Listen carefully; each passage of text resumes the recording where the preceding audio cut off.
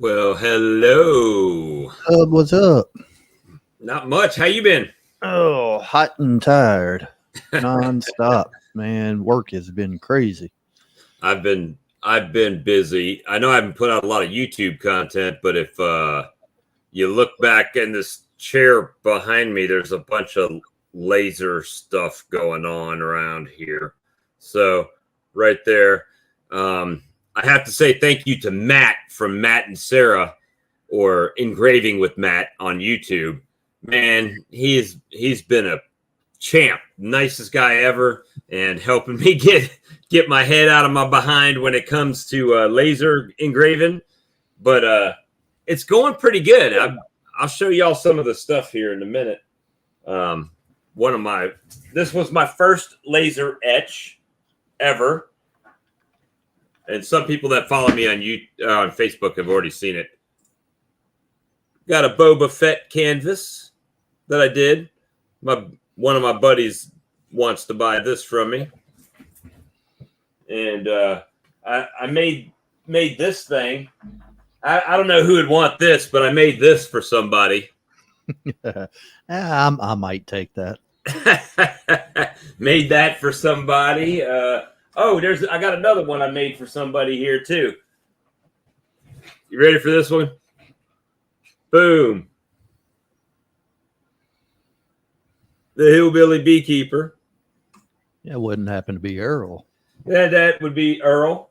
And Johnny Walker from Tennessee Mountain Bees said, "Hey, Bob, I really like that ship you did for your dad, or of your ship. Could you do one for my dad of his ship?" And I was like, "Yeah, I can do one." So I did one of his Navy ship. So that's going to be going to Johnny Walker. So it looks good. We've been busy, and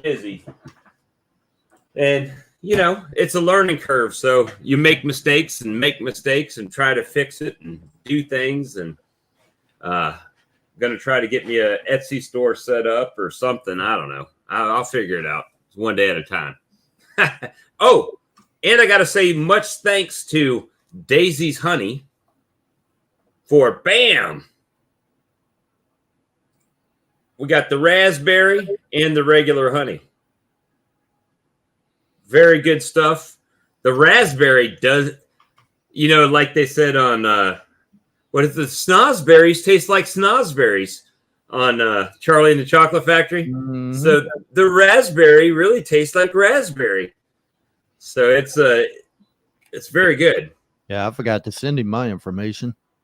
And he was quick too. It went out the next day and was, as soon as you open it, you can smell it. Hey, Sarah. Oh yeah, it's very tasty. Very, very good. Very good stuff. So, hey, Daisy, where do you sell this at? If somebody wants to buy this, how can they get in touch with you to buy it from you? He had it on point. It was in the mail and out the door. So, obviously, what is this? Giveaway number 3 for the Saracel? I believe it's 3 for Saracel. That'd be giveaway number 8 total. Numero ocho. So we only had a couple this week that didn't go over to both channels. Yeah, it wasn't too bad this week. I have to check. Even when I go through my list, I got to go and check and make sure my spelling and all the capitalization was right compared to Lee's. And Yeah, if they're one letter off, they don't light up green for us. But you know who?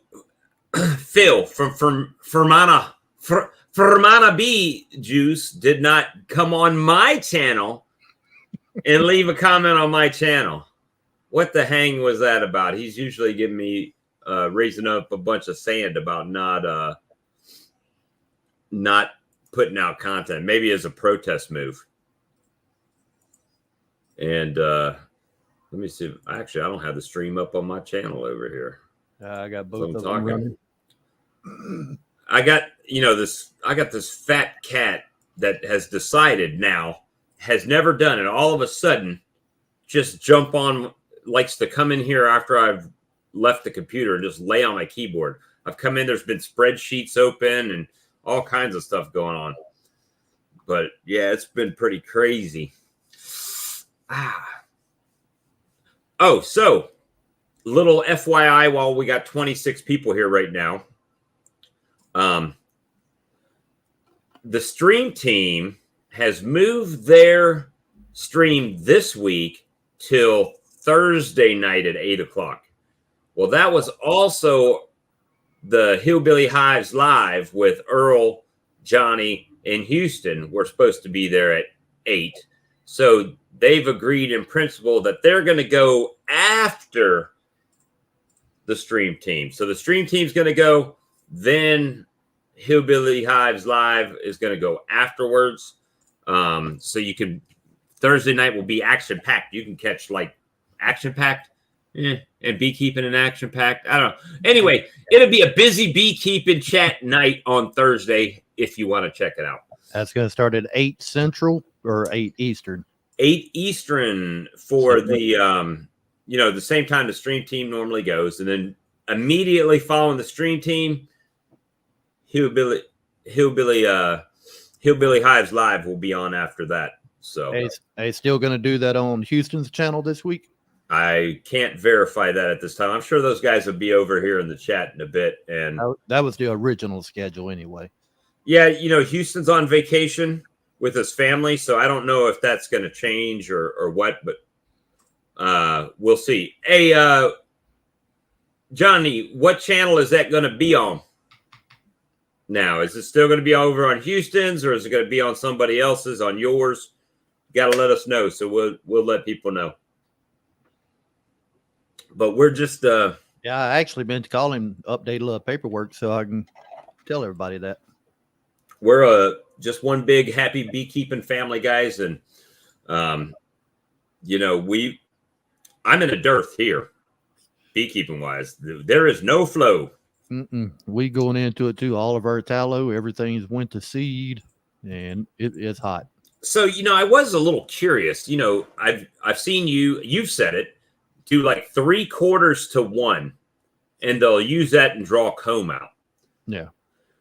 Well, I've been pouring 1/3 to 1, and they are destroying it. I mean, like crazy. So I don't know why they would be, why it would be that, why it would be that crazy on so little sugar content. 80 pounds of sugar to 25 pounds of water, that's less than 30%. Right? Yeah, so looking like everybody, if you ain't called no rest for the wicked. These honeybees are my short all the food they can. Yeah, that was a little short that I put up. They are pummeling it bad. I mean, really, really hard. And if you notice, Lee's got a beautiful new. Now, there's only one thing about that shirt. That is University of Kentucky colors. And when you had that big K, I was like, man, does he got a... Oh, no, that's Kodiak Farms. That's not the University of Kentucky. I've actually got two different logos. They're the same design, but I got one with blue logo and one with black logo. And I don't know why, but I did. Hey, whatever. Some people would rather have a pop of blue. I made the logo on the coffee cup just a little bit too big, So I did shrink it. So any new ones, they're going to be a little bit smaller, so you can see it straight from the front. Now, explain the other one. Which one? The smoke 'em? Or is it mine? That isn't mine. That's the one. That's actually a picture of my smoker on there that I took in the office here the other day and cut out and designed. He's going over. We need to step away from the computer, Lee. Step away. Too many designs. Let's see. And he's got one that is. Oh, you didn't buy that coffee cup yet, did you? Or you did, and it had to come It's on order. I'm hoping it'll be here maybe by the end of the week, beginning next week. I just ordered it last night. Oh, did I send you the? Let me see if I can. I don't know if I got a picture of it. Now, I don't know if anybody caught my little short that I put up the other day. I believe it was Sunday. I had a swarm. I'm pretty sure they come out of my boxes, but I'm not 100% sure. Anyway, when I walked out and seen them, first thought in my mind, are those mine, while I'm looking up at the tree? So I designed a new coffee cup. Got my hives at the bottom. The actual tree the swarm was in, and the bees are going to it. And are those mine? You're very creative. Now, I've actually got the T-shirt of it too. I've got so I'm trying to. How can I do this? Let me see. I want to. There we go. Snipping tool. That'll work. And I ordered this. I don't know if it'll. No, doggone it. That don't work. Lee, I'm gonna put it in the private chat and see if I don't even know if it'll let me do it there. Nope. Don't look like it will. It'll be too small if I try to share it. This image. Anyway, I bought for the engraving. It's a 32-ounce tumbler. Everybody's seen the Yeti 32-ounce, but this is not your regular everyday 32-ounce stainless tumbler like that. This one looks like a bullet, but that's not 32 ounces, is it? I'm going to say these are 20 or 24. I don't remember. Or a 17, maybe.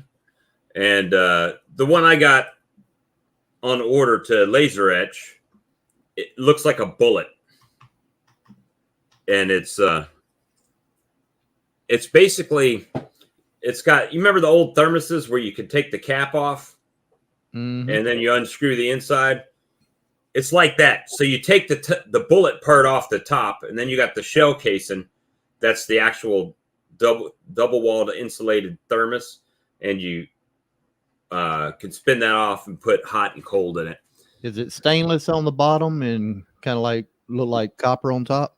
No, well, let me see if it won't. I can share my screen. We'll try it. Let me see if I can open this up. It's just such a small photo, guys. Hold on. Maybe I can. No. Let me drop that down, open this up, and try to place it in the middle. And that ain't going to work either. Can I control zoom it? Nope. All right. Well, we'll try. It's going to be a small photo. You guys probably won't even be able to see it. Share screen, this screen. It looks like this. It looks like that. So if you know anyone that wants a personalized bullet tumbler, let me know. And I don't know. Does that look like a big picture to you? It's probably hard. But anyway, the size picture, I can make it out. So that's what the tumbler looks like, and the bullet comes off the top, and it's a thermos. Those actually should be here tomorrow, so they were really fast in getting those to me. So yeah, it's been kind of a interesting few days trying to do the beekeeping. do the YouTube, do the laser, and somewhere find time to do all the other chores, feeding the chickens and pigs and taking the dogs out and going That's what I was shopping. doing right before we went live. I had to hurry up and get in here. I was feeding chickens. And, hey, I fed them a bunch of wax moth larvae today, so they were happy. I've never seen it before. I took the frame, and the frame, hold on, I'm grabbing a frame, guys. You know, the wax foundation that has the metal wires in it that go up and down? Mm-hmm. Literally, it was the frame with wax, with the metal wires. That's all it was, going up and down. All the other wax was gone out of it. Just the wires going up and down. Hey, had cocoons all over it. No, they ate it all out. They just ate all of it out. It was in a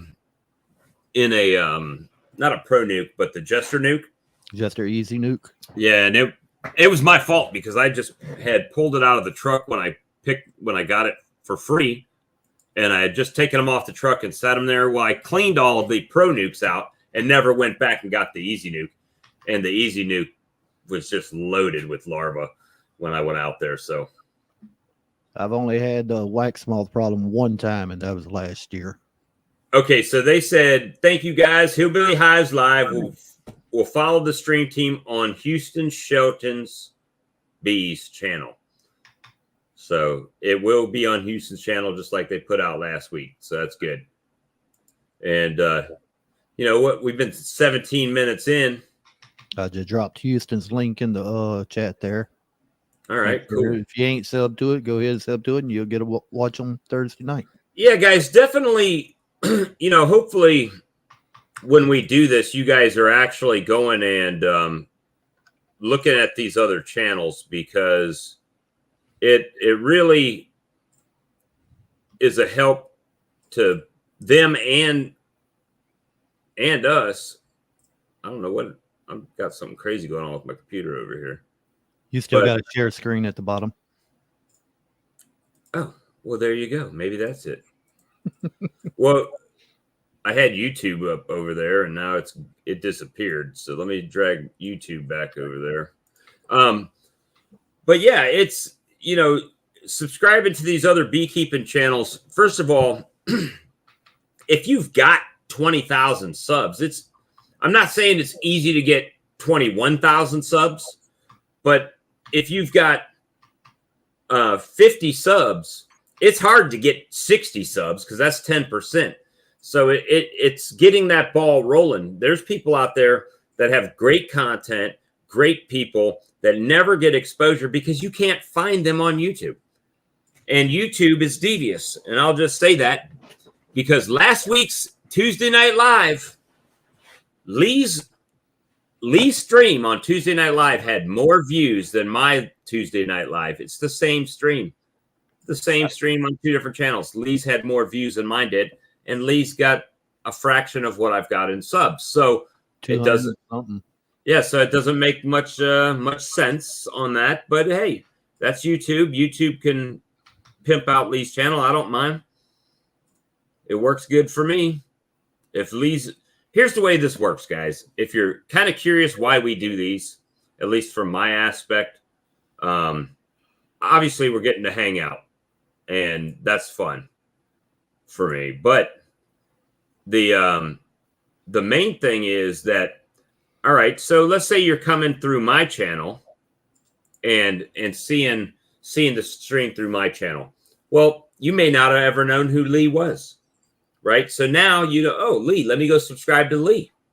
All right. So now you're exposed. Lee has exposed himself to you.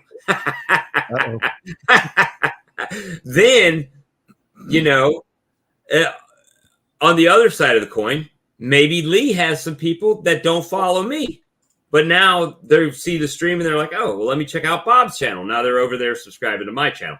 So, coming on to the stream, and, you look at people like Sawmill Charlie. Charlie started his YouTube channel 1 week before our first live stream. And his channel has grown. Now, he wouldn't have been able to get that out. I'm not saying it's all because of this stream, But this stream has helped that he's been able to come over and get exposure and expose himself. That's funny to even say. Expose himself to y'all. And, then you check his channel out. The same thing, hopefully everybody that comes on and participates gets a little boost. Now, the one thing is, if you come on stream, it's nice if you actually do talk and converse with us, because, just to come in and sit and listen, you can sit and listen and not come on too, which is probably the more effective way to do it. But we love to have anybody on and everybody on. It doesn't matter if you've got 1 hive, 1,000 hives. You've been doing trying to get started, or if you've had 100 years of experience. We welcome it all. We want to learn from everybody, and it does take a long time to grow. Mm-hmm. I'm getting closer to having to do a giveaway though, Lee.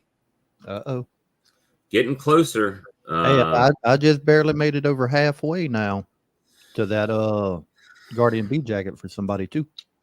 I've got 1917, which means I've got to get 83 more subs. 83 more subs gets a giveaway of a licensed solar wax melter. So, that's a good thing. We're trying to get things going on. I always try to mention, I just saw Brian in here. I always try to mention the stream team. I always try to mention all of those because I think it helps the community. This isn't a competition. It's not about, I've got, this many subs, that many subs. It don't matter. It's more about the community for me. And, hopefully when, we've been on the stream team a few times, and obviously we were on Hillbilly Hives Live, the very first episode. So, it's all about just growing each other and growing each other's channels. And all community. Mm-hmm. And I try to do it every episode. I try to give the update on Tuesday for Wednesday, and and Thursday for that matter. And then hopefully, hey, since Brian's in the chat too, are y'all still doing the stream on Bruce's channel this week? Speaking of joining in and community and all that, I'm going to go ahead and drop that link. Yes, sir. I want to join in. And we appreciate everyone that joins in. And even if you don't join in, we still appreciate you. But if you come in, it really helps for better content, helps grow your YouTube channel. And we get to meet really cool people. So that's good. I just pinned that message or that link to the top of my chat. Yeah, I'm going to pin it on mine. Click it and join in. And it's pinned on my side. Who knows? It's Tuesday night. Maybe we'll see a rooster come in. Well, look at that. And just like that. Hey, Rick. Rick, how you doing? Hey, guys. What's going on? Not much. Just living the dream, man. I tried to come on because I got tired of Bob talking. Mm-hmm. Hey, that's what it is. We got another one down here joining. Look at that. Wait a minute. That's a fancy hotel you got there. No, I'm not in the hotel. I realize that. Yeah, that's a bougie hotel. I got the aquarium. Hey, you could call room service right now. Hey, honey, can I get a sandwich? I would do that, but honey went to a winery. Really? I got left home to, I guess play with whatever I want to play with. Hey, that's a good thing. Yeah. That's a good thing. Yeah. So you guys have altered your schedule this week. Yeah, we have. We got cucumbers. You got cucumbers. Yeah. You want to show them? Yeah. They're big, too. I'm going to move you guys. That way I'm looking straight at you. There we go. Should have been picked a long time ago, so we could have made pickles out of them, but whatever. Cucumbers are good on anything. In the South, they just have cucumber sandwiches. I liked them when I was younger. I can't eat them no more. You see, Brian was like, cucumber sandwich? Really? Oh no. I trust me. I'll eat them. And tomato sandwiches? Now I won't do tomato sandwiches, but I'll do Cucumbers? yeah. Yep. So what's the beekeeping looking like in your area, Brian?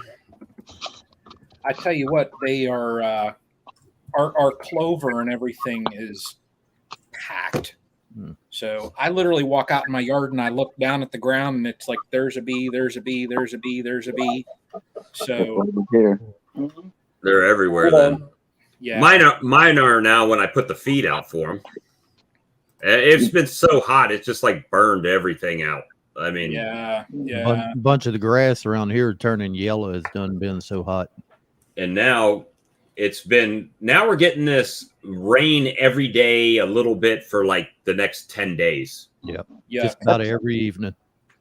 That's probably what you need, man, to get it green back up. Maybe, I don't know. Well, I'm hoping. Or But is it just hot down there? Is it Yeah. the heat killing you? Well, I mean, it's cool. 105 to 110 heat index down here. Oh man, that's oh my god. That's too hot.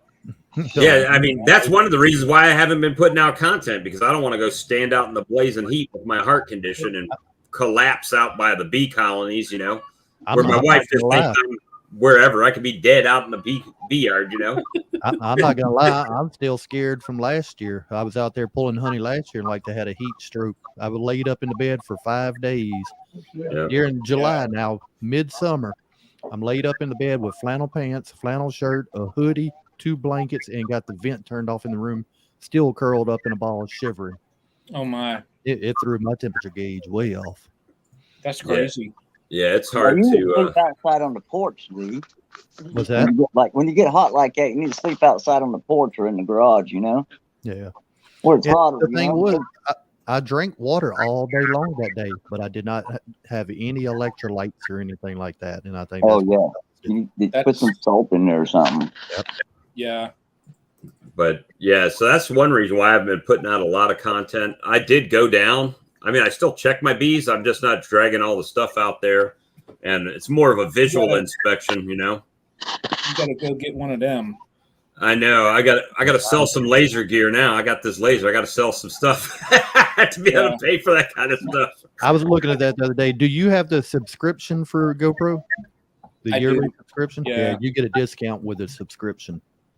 Yeah, I saved enough on my camera, and then like that was $30 off or something like that. So it almost, it's probably paid for the subscription for a year. So I was just like, what everything I bought, the light, the mod pack, the mod lens, everything. Yeah. With the savings, it's paid for my subscription. Yeah. And then with your subscription, if you drop your camera, break it, whatever it is, as long as you got a camera to turn in, up to 2 times a year, you can replace that camera for just a small, like, what you call deductible, like a deductible, and you don't have to pay for a whole new camera. GoPro, they were on to me like a year ago though, because when the media mods and that were first out, and those max lens mods, I was buying them at a discount. Yeah, I was buying them with a discount, reselling them, subscription, and then I was selling them on eBay, and I was buying 2 and 3 at a time. That way, it didn't look too crazy. And the last time I ordered 2 of the media mods, they only sent me 1, and the lady was kind of like questioning me and all this why I've been buying them, and I said, it's none of your business how many I buy. I said, it's my business that you didn't send me the proper amount. Yeah. And she was like, well, there's nothing we can do for you. And I kind of thought, yeah, they're probably on to me or something. But I made a little bit, I made enough that it covered even the one that I lost. But yeah, I don't think they liked that. I don't see where it should really matter. I mean, they're still making their money. I know. They ought to be glad that somebody's buying. Yeah. The So I've been putting out this water sugar. I'm gonna call it water sugar, not sugar water, because it's so thin. Uh-huh. I mean, it's 0.3 to 1. Why don't you just That's put out crazy. water and see what happens? Well, they already have water. Oh, They okay. don't have nectar. So my thing was, I don't want. It is so light that 10 gallons of water to 125-gallon bag or 25-pound bag of sugar, and a little bit of apple cider vinegar in there, and they are just destroying it, Brian. Devouring it. Well, I figured a lot of my supers that are even on the colonies now don't even have all the way drawn comb on them. So it's like, just put it on, give them something for the next 10 days where they're going to have limited time to get out. Yeah. Let them draw some comb if they can with it. Right, And, right. You know, I already harvested honey, so I'm waiting for the fall now. So I just got to make it to that point. That's probably a good idea what you're doing. Get them strong, you know. Have you started any OA treatments or anything yet? Oh, I blasted their ass last week when I pulled the ass. When I pulled a frame out and I could see mites walking on the honeycomb, they got, nuked. Wow. I cannot confirm nor deny how much OA I used in that treatment. All I know is I'm probably gonna have to order some more. Yeah. They got smoked. Even if they had an Apivar strip in them, I just blasted. It didn't matter. And you know what? Today I went by all the colonies. There was bees on the front of them. And, you know, if they were weak and they died, good. Let's leave the strong ones and let's get this thing going. Yeah. And as soon as my supers come off, you know, when we hit that dearth, when our flow slows, I'm gonna nail all of mine with OA. So as many times as I can, I'm gonna hit them probably I'm gonna do like the every 4-day deal. Right. So, well, I would have, but it's been raining. And, you know, I got the magic laser over here now, which I would, well, it's messy, but you guys know my situation here anyway. But it's on that table right there. Oh, I see it. And that's pretty slick. And Matt has been a champ, a freaking champ. I was having a problem with a file. I called him. I said, Matt, I don't understand why it's doing this. He said, well, send me the file. I'll fix it and send it back to you. So, like, literally, we're on the phone. Okay, got it. Okay, there you go. Send it back to me. Did it. Done. He's like, That's like whenever I sent him my logo to have the cup done, he said, some reason the bee ain't coming out right. He said, so if you don't mind, I'll redraw it or retrace it out for you and do it the correct way. So he done it, sent me a cup, and everything come out good. There you go. That was the one that he helped me with. That's cool. So now that I know that I can basically plagiarize any photo on the internet, I'm good to go. I can make anything. Look, I even made this piece of junk. There you go. So it's like Earl making songs. You're going to be making cutting boards and that for people. Oh, I've already sold some stuff. That's the funny thing. I mean, I sent a picture of this. I was like, hey man, he knew my laser was coming out. I did my first lasering. That is awesome. And he said, oh, how much you want for it? My son loves Boba Fett. Oh, $20. I'll take $20 for that one. It's done. Yeah. You know? Now you just got to talk to Brian too and figure out how to set up that Etsy store. Yeah, it's mainly just kind of like an eBay, right? You just set it up an account and then upload photos of what you're going to sell and put the listing together. Yep. Merch, the merch man. Well, Matt even gave me a suggestion on that. He's like, yeah, you know, don't engrave it before you do it. Just put one up there as a display and then use the image over top of what you're doing as a reference point. So if someone orders, just make them as they order them. Don't make them, don't make them at one time. So, I did that. I did one of my ship of the Navy, And Johnny Walker saw it, and his dad was in the Navy. He's like, "Hey, could you do my dad's ship?" Oh, cool.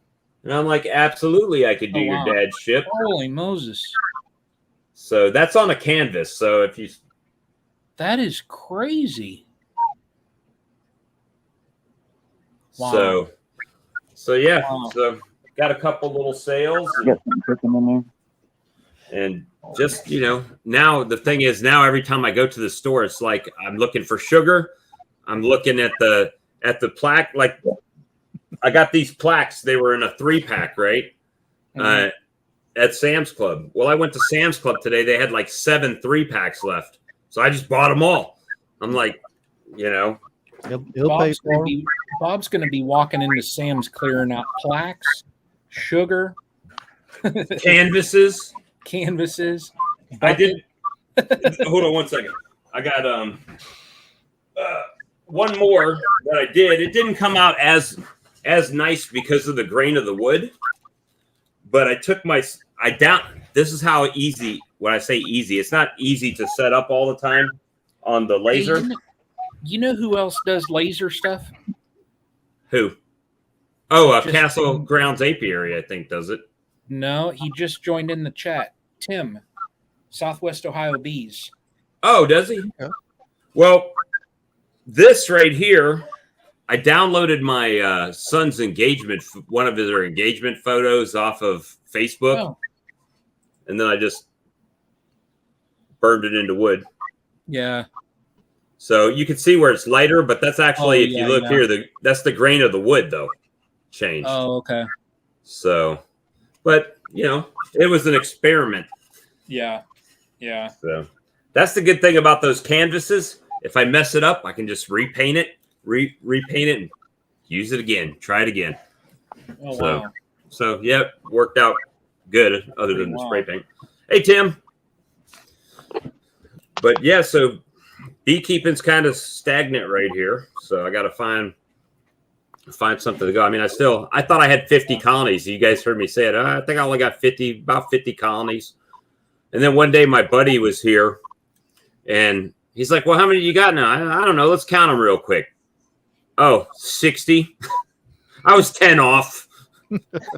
Well, you got when someone asks you, it's like I was asking a friend, "How many colonies do you have?" And he was like, "Well, about 200, somewhere around 200. And I'm like, okay. Well, the thing is that it's hard to keep track, right? Because one day you'll come out there and like I got one swarmed to a tree, right? Then I got one that swarmed into my nuke box, but I don't know where it swarmed from. So that was a colony that just split itself somewhere, somehow.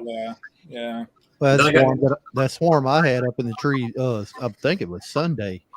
Anyway, I went out there earlier and I opened up the box because I've seen a couple of bees going in and out. New box, I put a swarm commander hoping they'd fly back to it. I found one little bitty handful of bees in that whole box. I'll tell you, you need to go out there with a crowbar and some other piece of metal and just clang them together with the swarm commander on it, and they'll come down to it.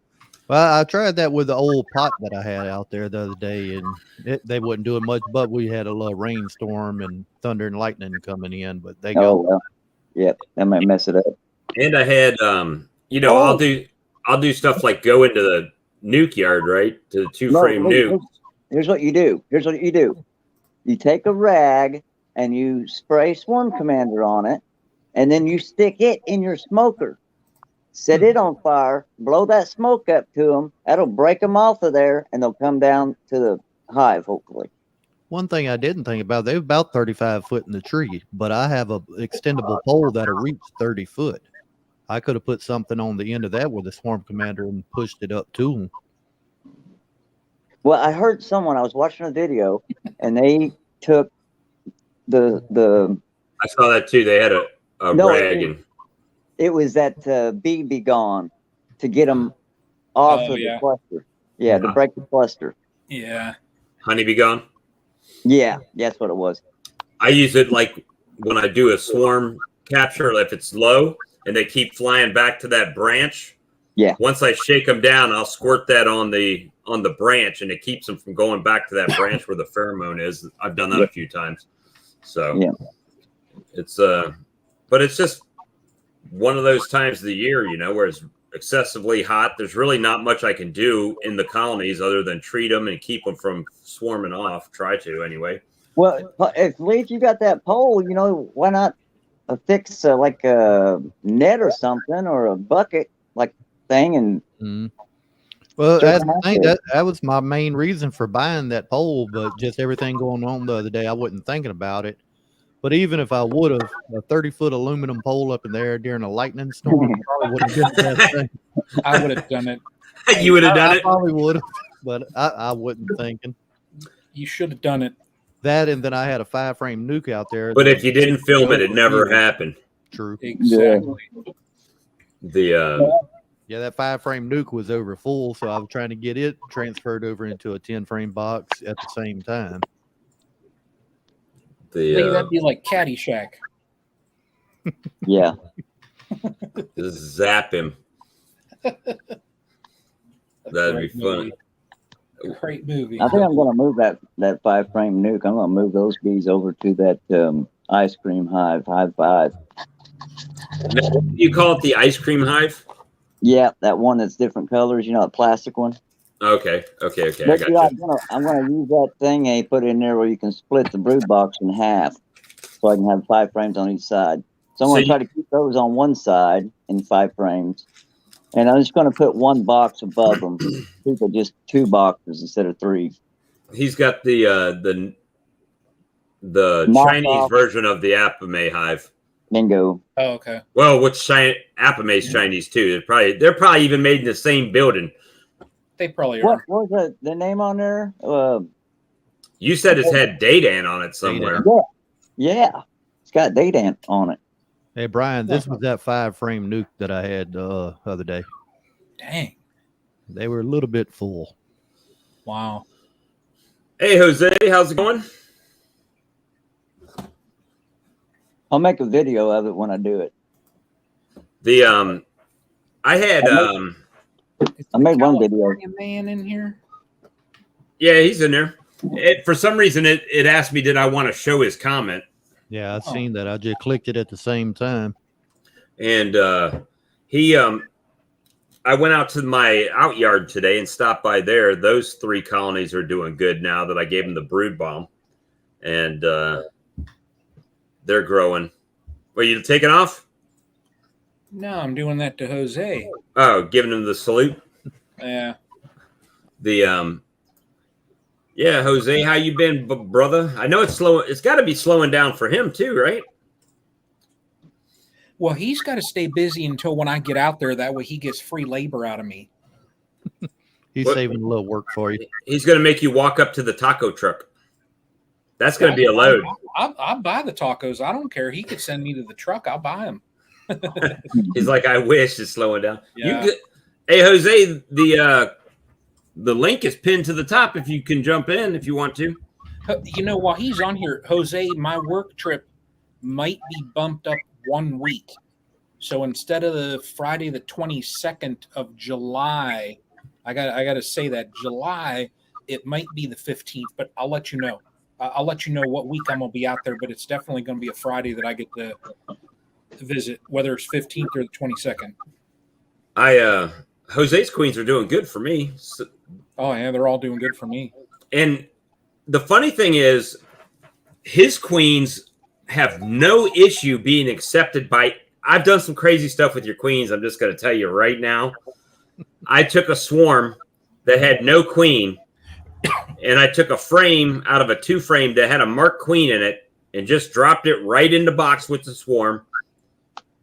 They just, come on in, mama, and took her right over. I've done that a couple times right now. I mean, they must have some strong pheromone action going on. Yeah. And I mean, they were all good. I mean, I even like the extra that he sent me, where I literally just pulled 2 frames out and I made a small split. That darn thing now, it's in a 7-frame Apame, but they're working a second box on it. So, well, out of the 25 queens that I got from Jose. 4 of them were DOA. Mm-hmm. One of them flew. It runned off on me. It flew off on me. It took straight up. RUNNOFT. Exactly what it did. It just, and I saw it too, and I caught it in my hands like that while I'm filming, and I'm trying to put it back in the colony, and it went down on the wood frame. I'm like, okay, it's in there, and it went down a little bit on the comb and came back up and went and flew off solo. I'm like, where are you going by yourself? Just taking off. Now, the ones you said were DOA, those were the ones on the very outside of the box, too. The very outside. When he sent them, they were rubber banded together in blocks. Yeah. And the very outside ones, those 4 were all dead. That could have been temperature change and shipping and everything. It could have been. I'm not, it's not like I contacted him and gave him a bunch of crap about it. I'm in South Carolina. He's in California. Polar opposites of the United States. That is true. So it's that risk, beekeeping is a risk anyway. So I'm about to say shipping any live animal is a risk. Every time you go out there and make any move in your bee yard, you could just be totally. Hey, I'll tell you a quick little story about shipping live animals. I had a guy from Texas ship me something several years ago where I used to live at, but it come UPS. UPS don't ship live animals. FedEx does. Well, UPS used to not certain things. This particular animal, they do not ship. Anyway, the guy delivered it.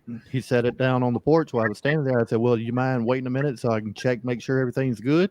He goes, yeah, sure. So I go to opening the box, and I think about it. I look at him and say, you don't get scared too easy, do you? He kind of looked at me. He said, what's in that box? I said, just a little snake. He took a step back. So I kept on opening the box. I opened the bag, and as I was pulling it out, it kept coming and coming and coming. And the more I pulled out, the more he got back. He kept pulling out a 6.5-foot red-tailed boa. I think it's funny when they pull up, like, I think it was UPS that brought the queens. And I'm like, you got some bees for me? I mean, they make sure you get hit early in the morning because they're not trying to ride around with a truck full of bees all day. Yeah. And they're quick to hand it to you. Here's your box. Yeah. Yeah. I've had them just even drop off the bees. Just drop off the box, not even do the paperwork, and come back later after I've installed the bees and then do the paperwork. And it's pretty. I enjoy the beekeeping. This year's been a real big learning curve for me. I mean, just the growth and expansion has been, I've pretty much resigned the fact that I'm not going to make that much honey this year. It's just not going to happen. It's all good. I'm not looking to grow. I just like the show. Yeah, when you come out of winter with 12, right, come into spring with 12, and I'm sitting at around 60 right now, that's hellified growth. But you bought a lot of queens too, man. But I sold a shit ton of queens. Yeah. That's going to be Brian next year. You sold and you bought and sold a lot of queens. I did. So I didn't. Quite a few hives. I did not sell any of Jose's queens. Jose's queens are now my breeder queens. Are they that good? Yeah, they're pretty good. I'm gonna say that. They're good. Well, I have to try me some next year. Those two frame nukes, they are tricky. You have to look out at them a lot, but I'm telling you, it's so good. If one of my big colonies go queenless, I can just literally walk over to my 2-frame nuke, cage that queen, take her over to a big colony, set her in there, introduce her to the big colony, and that little 2-frame nuke will make a queen for me. And now now I'm more focused because I've pulled off a little bit of honey.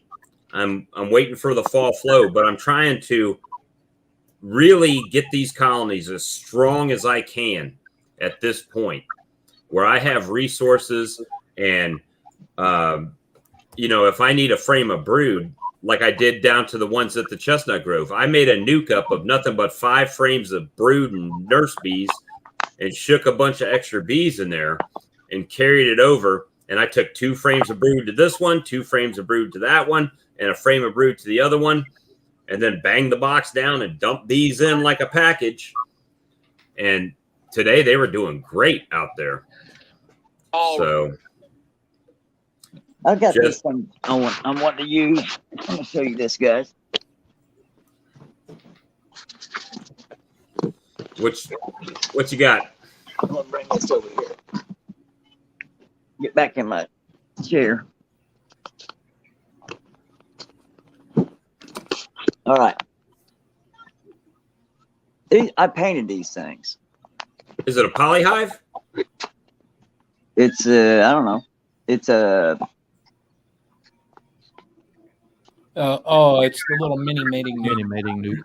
yeah, a little mini. Okay. Yeah. I got some pieces of wood floating in it for that. But then That's kind of what Jose uses right there, isn't it? Yep. I got this one right here, which is like a double decker. You've got 2 brood chambers. You got one on this side and one on this side because of this divider. Right. Then you got a queen excluder. And then this is the honey for beak side. You still got the divider. And this right here, let me get a hold of it. Somewhere I got this where it comes apart. Oh, this paint's got stuff. I think you got to really keep track of those little ones with the Oh, it goes the other way. Oh, I guess I don't have tape on it. That's what the problem is. Anyway, that's just for the feed. I guess you could probably, I don't know if you could, yeah, you could take this out and just feed them pollen, I suppose. See, if Jose was here, you could tell us exactly. You know how those things work? I've never went with that small because I know that you just put like a cup of bees in there, right? It's like literally like a cup of bees or something you put in those. You got to have queens to stick in there. That's what I'm going to, hopefully, that's what I'd like to use his queens for. Put some nurse bees in there and,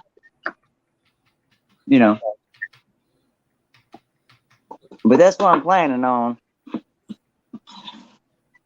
One of these days. It's like me. I got more equipment than I can use at the moment, which is a good thing. Never know when you need to go over there and grab something. Right, Brian? Never know when you're going to run out of equipment. It helps that when you do run out of equipment, somebody like Greg Burns that's driving through your area, and you don't even have to go nowhere. He just drops it off. He even unloads them into your room. I went there and they were all stacked nice and neat on my bench. I'm like, look at this. Right. First class service, huh? Yeah. Well, he's got that fancy brand. And I realized that if I had boxes that are not assembled, I could laser etch people's logos right into the front of their beehive. Now, I got a question for you on that, Bob. Mm-hmm. Do you have to have that honeycomb plate under there? Well, that's mainly for cutting. Yeah. So when you cut, the laser cuts through the wood, it's going to go to whatever's below it, right? So if it's... I'm just taking a quick guess. Can you put 4 cinder blocks, set your laser on top, and slide an assembled box under there? I could, but I'd have to have my computer, a long enough USB cord, or it will work on Wi-Fi, but y'all all know how my Wi-Fi is here when I'm outside. I mean, it was just an idea. Honey house, build you an office. Yeah, I could just put them in the honey house, flip the box up, and as long as I can focus the laser, I could print them right on it. Already assembled. Yep. I could put the frames down.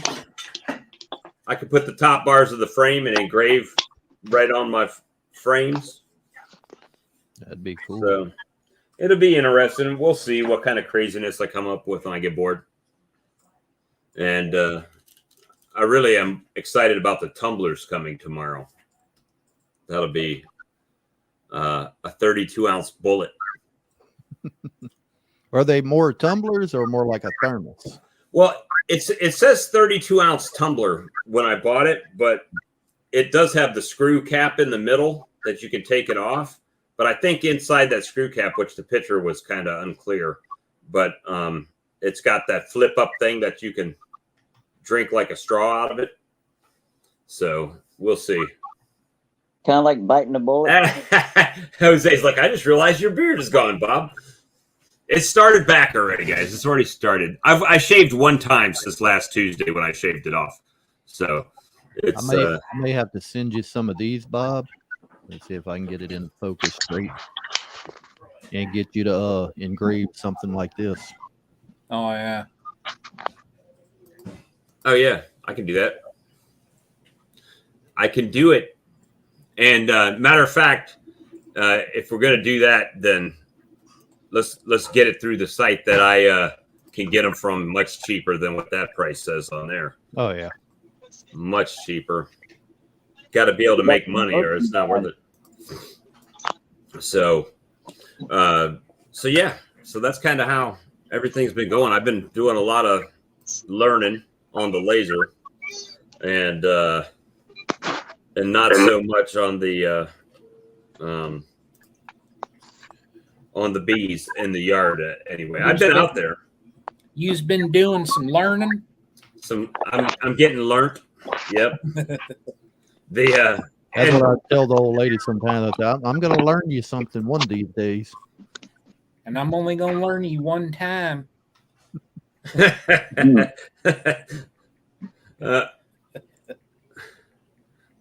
me see here. Mine would, she would just give me a look. Oh, mine. See, you've got one of them nice northern ladies. In the South, they will let you know with a quickness. You think Southern Belle, they're real sweet and gentle and all that. That's what they put off to everybody else. They can be sweet. But on the flip side, they'll let you flat no in a hurry. Hey, I sent you a message on Messenger, Brian. And yeah. Let me check it. And yeah, they'll flat let you know quick. So, hey guys, we got the link pinned to the top. If you want to come in and chat with us, feel free to click that link and join up with us. I don't see it on Messenger. Oh, it'll be there in a minute, probably. Oh, all right. That's Bob's Wi-Fi. Oh, okay. My Wi-Fi. How many pounds of honey did you get this year, Bob? Oh, I've only pulled like 125 so far. And Lee, what'd you get? I only pulled the 60 so far. I'm probably go out there probably within the next week or two, check, see if everything is capped and start pulling and then doing treatments. Mm-hmm. Oh, I know I've got some out there that can be pulled right now, but I didn't want to go through, all my colonies taking 2 frames out of this box and 2 frames out of that box. I've got some that have like 70% of a box that's been drawn out, but they hadn't capped it all the way yet. So I was just letting them go. Yeah. And I've got $2,000 worth of honey sitting in my kitchen right now. So I'm not in a hurt for kitchen. So it's, that's a little bit. Yeah. It's only, I got 200 pounds. I still got some fall honey left over and the spring honey that I harvested. And this last weekend, I didn't even pull my truck down to the curb to sell it. It was just too hot. I wasn't sitting out there guarding my honey. Been way too hot. I need to get. I'd like to see one of your bottles of honey. I would like to see what kind of labeling you have on that. On Do you mine? have the label on there that warns people to not give it to infants and things like that? I don't. Lee does. And how about the and you, of course you have your label, your name, yeah. And I thought there was one more. The nutrition label on the back? Yeah, that's it. I've got a pack of them, and I'm doing like Lee. If they want the nutrition label, I'll hand it to them in their hands. Yeah. Okay. Because they lie to you on the website. Now I'm gonna tell you how they lie to you. Uh-oh. It's not a roll. On the website, they show a roll of them, but when you get them, they come in individual sticker packs. So you can't just pull that piece of paper and peel them off. You got to peel the back off with fingernails, and it's a pain in the butt. So yeah, I've got them. I got about 475 of them because after 25, I said hell with it. Wow. And well, I haven't. I've got them in a basket. I haven't ordered them because I don't have that many bottles. But I was thinking about it. They're sitting there in my basket to order, but I haven't ordered them, and I'm glad I haven't because that was one that I wasn't sure. I didn't know what labels are necessary and which ones aren't. Basically, your name. You got to look at your own personal Department of Agriculture. Yeah, each state may be a little different. So ours just requires the front label that has your name and address and everything on it. And ours has to have the name, address, all your contact information, phone number, something like that. And I don't think we require anything like that because the store said, "Bring us all the honey you got."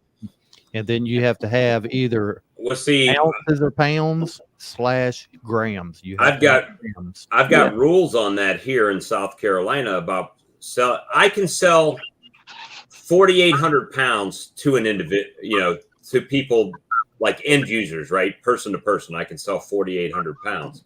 But if I sell it to somebody who sells it, like a store, then I have to have the health department, whoever does food inspections and that grade A and all that, they have to come and inspect my bottling and processing facility. But honestly, for what I'm doing, if I sell 4,800 pounds at $10 a pound, I've made $48,000 on honey.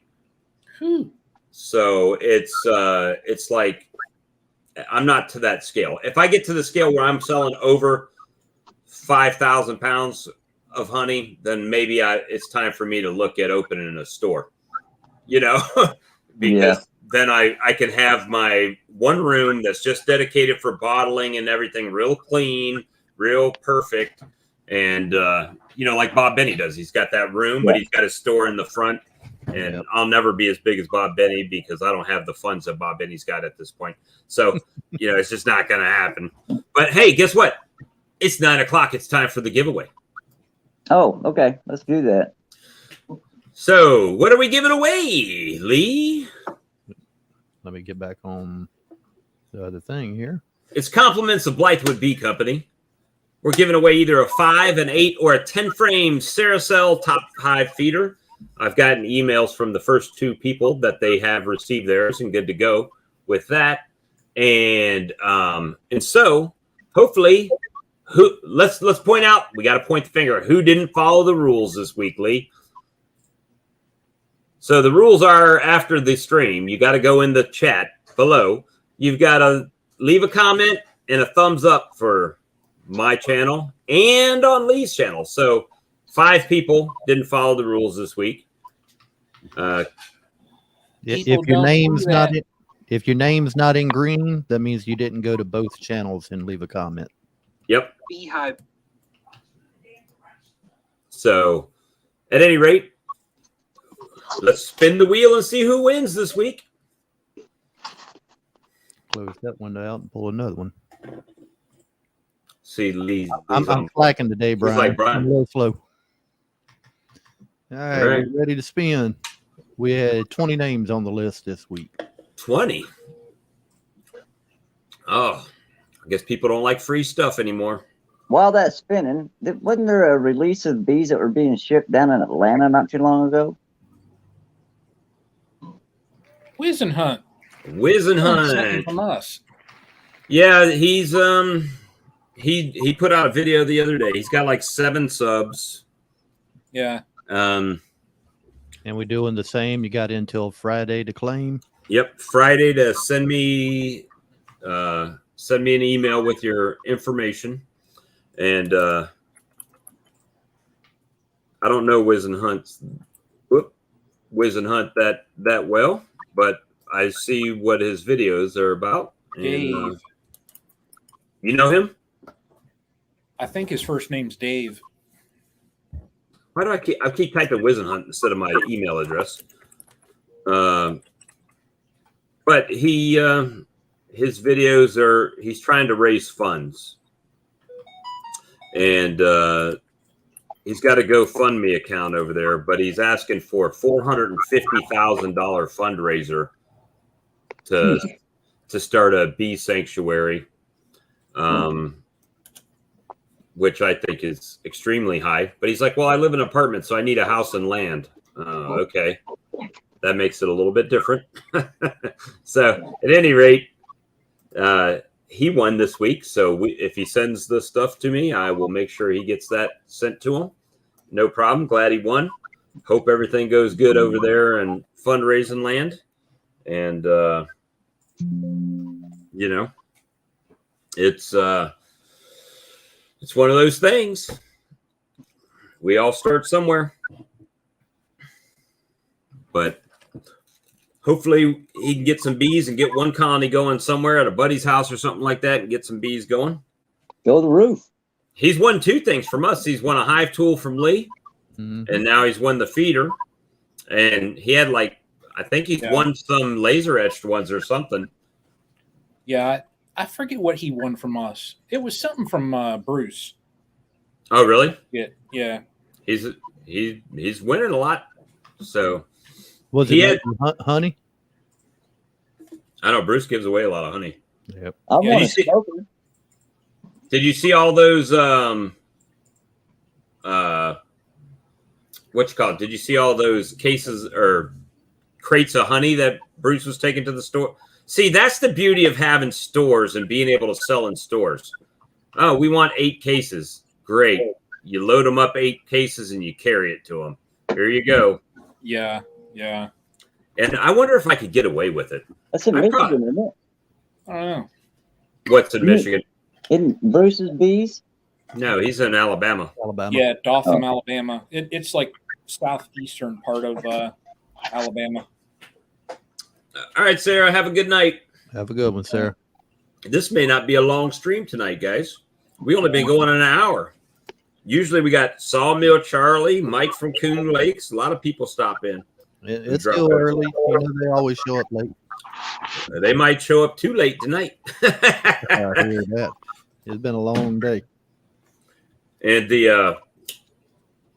with the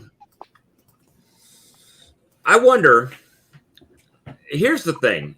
Most states have one Department of Agriculture guy, right? One guy.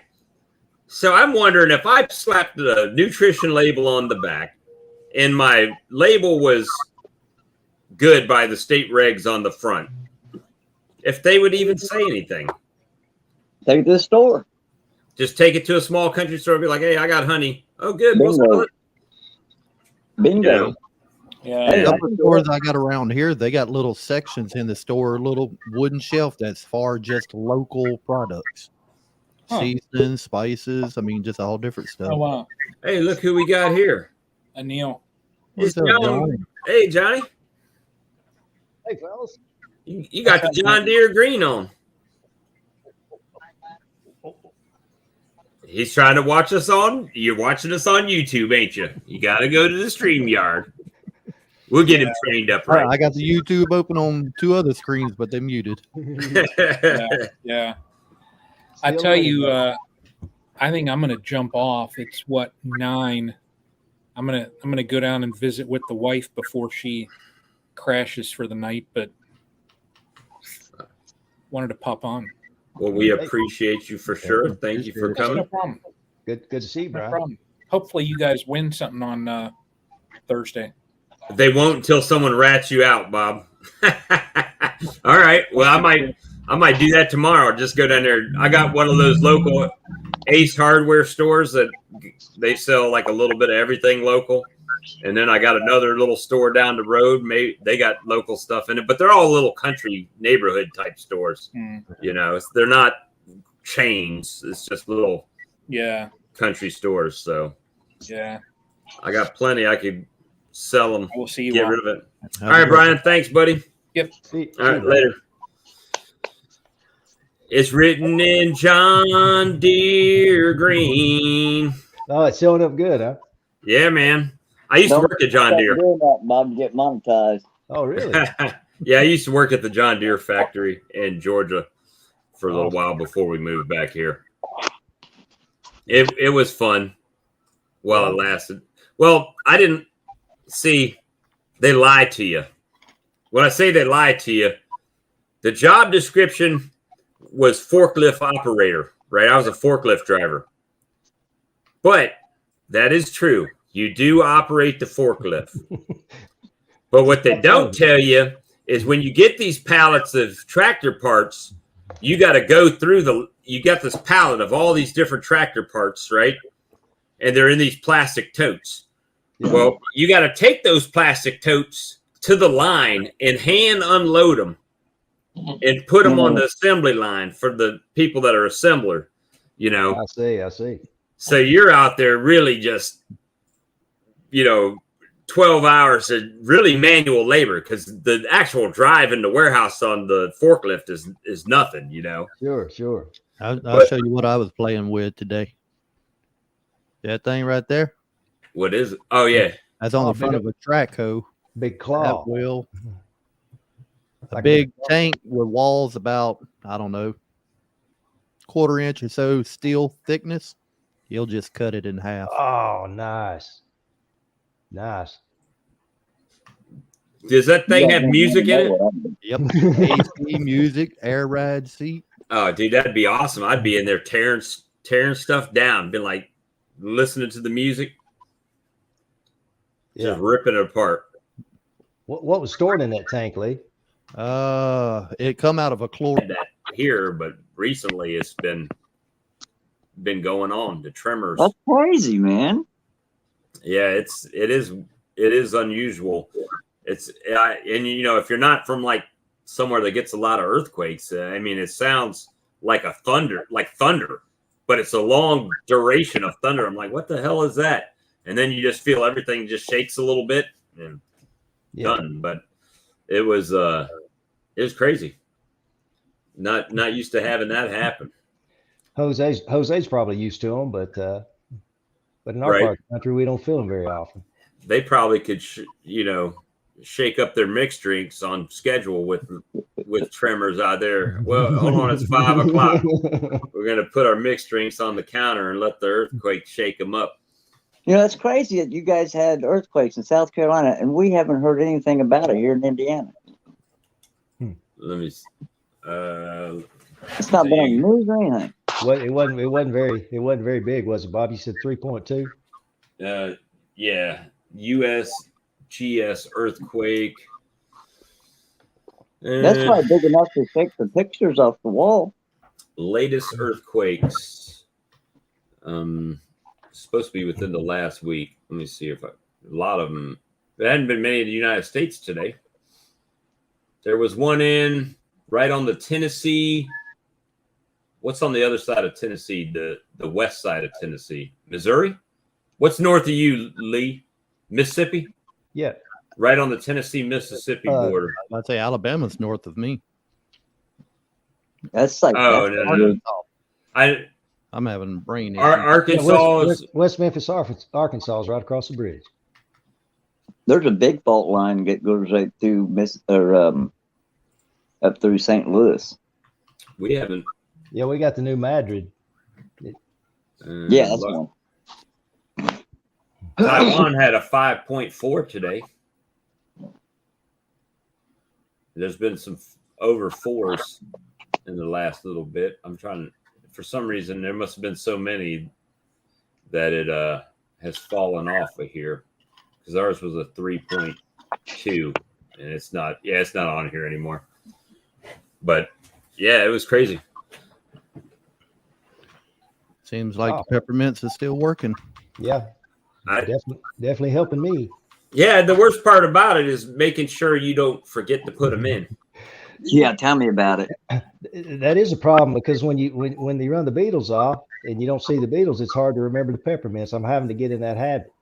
Yeah, and you gotta when you got to really treat them all, because if they leave this colony, they'll just go next door if they can. But yeah, I haven't had much problem with those. Now it's wax moths seem to be the thing that are trying to get in. Okay, Mississippi and Arkansas. I'm hoping there's a chance that that the peppermint will help with the wax moths as well. Earl seemed to think that some research he was reading indicated it might. Did you see him use them peppermints here recently? Earl, I did that a video he recently put out at the Clinchco yard. Yeah, I saw that today. It's like 6, 7 per level. I mean, he was. Yeah, he put 4 in the bottom, 4 in top. He said. Yeah, uses a lot of peppermint.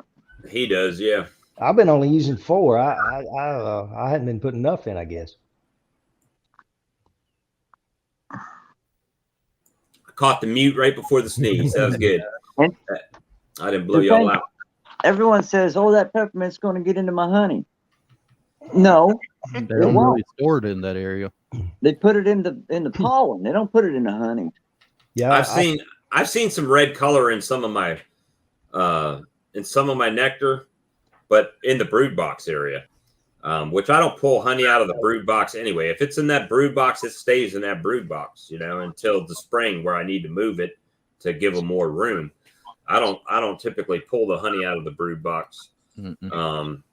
So I leave that for the bees. But what people don't understand is it's such a minute amount. It's not enough to taint anything. It's not enough. Even Earl's amount is not enough. Right. To taint the honey. And so we do all kinds. That's a big misnomer. Is people think that it's going to get into the honey, so they don't want to put it in their hive. Well, I think Bug Farmer, I think he said that he didn't want to try peppermint because he didn't want his honey to taste like peppermint. Yeah. But then you ask that same person, well, are you giving them feeding supplement? I don't know if he does. I'm not saying Bug Farmer does, but if you're using Beekeeper's Choice or Honeybee Healthy or any of these other stimulants and putting it in your feed, you can make the point to say, well, all that stuff's in your honey too then. Yeah. Why is it okay to put that in there? Apple cider vinegar. Why is it okay to put that in your syrup? But it's going to get in your honey, a peppermint. It don't make, as Forrest Gump said, it don't make no sense. It's not enough in that little peppermint, even though you put multiple in each colony or each box. Yeah, but you're talking about thousands of bees, tens of thousands of bees eating on that. That's what I'm saying. It's not enough to really affect anything. It seems like they're storing up very little of it compared to what they must be consuming. Right. Because then I'm seeing it stored close to brood, like they're using it as medicine or food for the young brood. Right. Or maybe as a beetle repellent, whatever. I think the scent is more of the beetle repellent in there than, I place the peppermint typically in the brood box because I find that's where the hive beetles that's where they're going to do the most damage, right? They'll slime out honey, but if your brood box is strong and they're producing brood, then you've kind of, you've kicked it in the butt a little bit. But Earl does the corner of every box from the bottom board all the way through. If you got a super on it, he puts 4 in the supers. He just keeps them on there. And I'll say that just answered Larry's question right there. Yeah, that's what I was looking at. I'm trying to get better. I'm trying to get better at this. I thought that was quick, Bob. That was quick. I try to, even on mine, even if it's a 2-frame colony, I'll put two peppermints in there. It's just my thing is until somebody proves to me that it don't work, it's working. It's been working for me this year. I don't have that many hive beetles. Now I've done other things to help with hive beetles. I don't just rely on peppermint. I put down black tarp. I put down diatomaceous earth. I put down the wood chips. So they got to go through all that to get out of my main colonies, right? And then I use peppermint to try to keep them from getting in them to begin with. But they're going to get in them. It's not going to kill the hive beetles. It's a I still got the deterrent. little beetle barn in the bottom of the hive. Some of my colonies, I still got the little oil traps in there. I don't have the oil in, but I got diatomaceous earth. Well, I've got some oil in some of my oil traps, and that's the thing, that if you don't have hive beetles or your hive beetles are not prolific, you will not understand this next statement. I catch hundreds of hive beetles in my oil traps last year and the year before. This year, my oil trap had 3 hive beetles in it. So you can't tell me that there's something that's making a difference to those colonies. And the only thing different I've done in the colony is add peppermint. That's the only thing. So,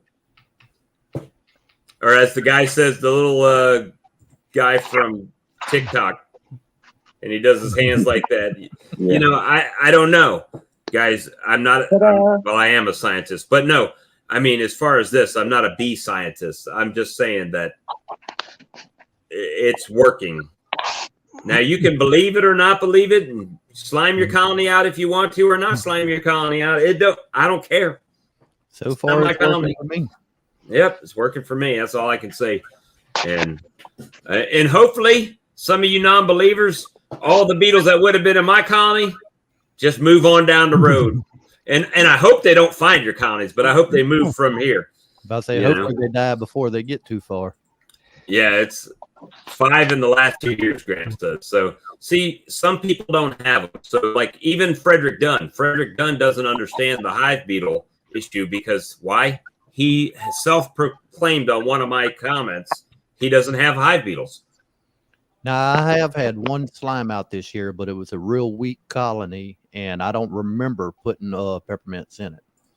But even if peppermints would have been as weak as that colony was, I think it would have happened anyway. And that's what was happening over at that other yard.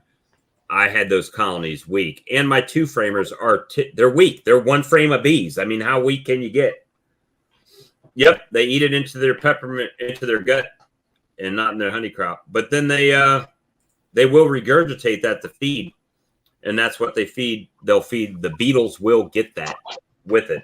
So that's why I asked you about wintergreen. Because I don't know. I haven't tried it.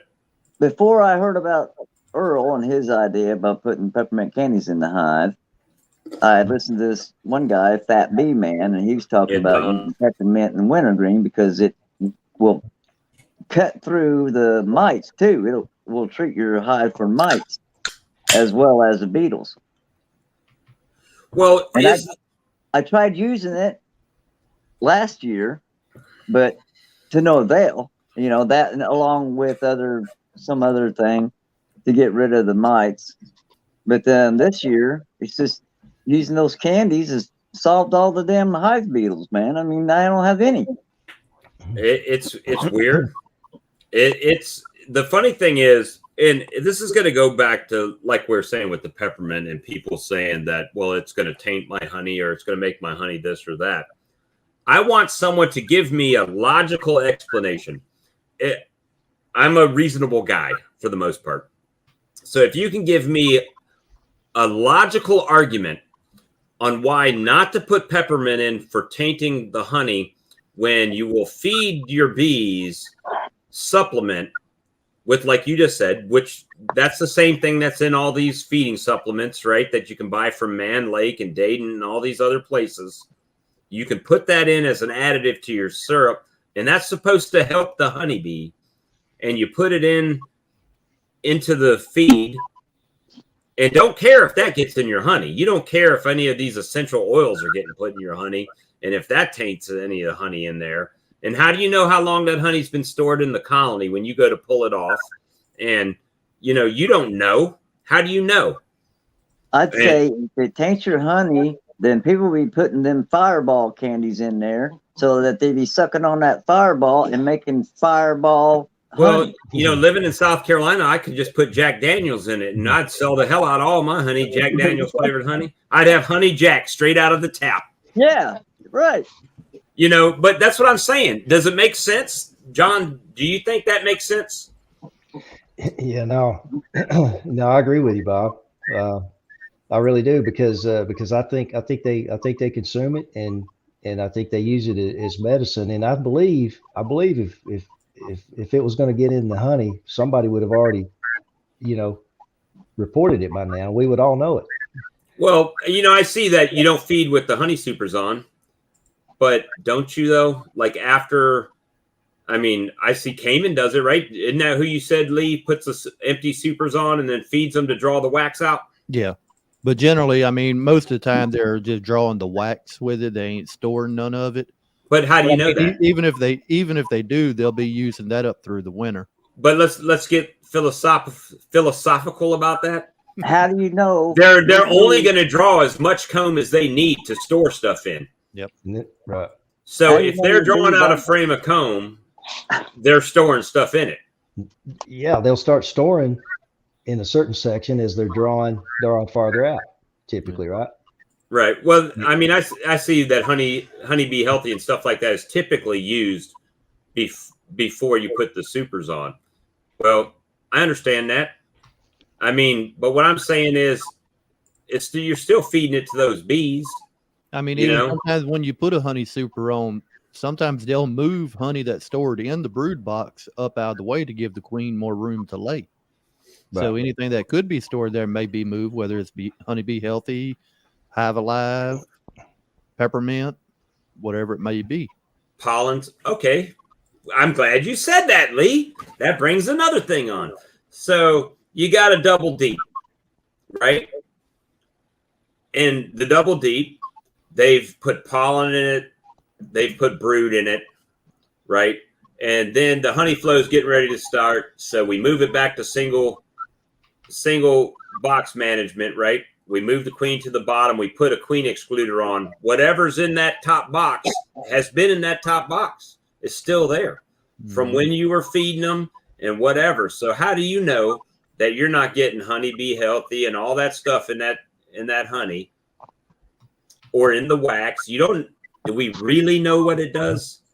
Do we really, really know what it does? Is what I'm saying. The quantity that they store of whatever it may be, it's not enough, I don't believe, to affect that much honey. Well, that's my point too. I don't believe that the peppermint makes that much, and I don't believe honeybee healthy or any of that is. But what I'm trying to be is devil's advocate on the side of people saying that it'll taint your honey, it'll do this, it'll do that, but yet we do taint it ourselves. Yeah. Yeah. And I'm going to tell you, Daisy, this raspberry honey is great, but you could make an argument that it's tainted honey because you added sugar syrup, a flavored sugar syrup to the honey.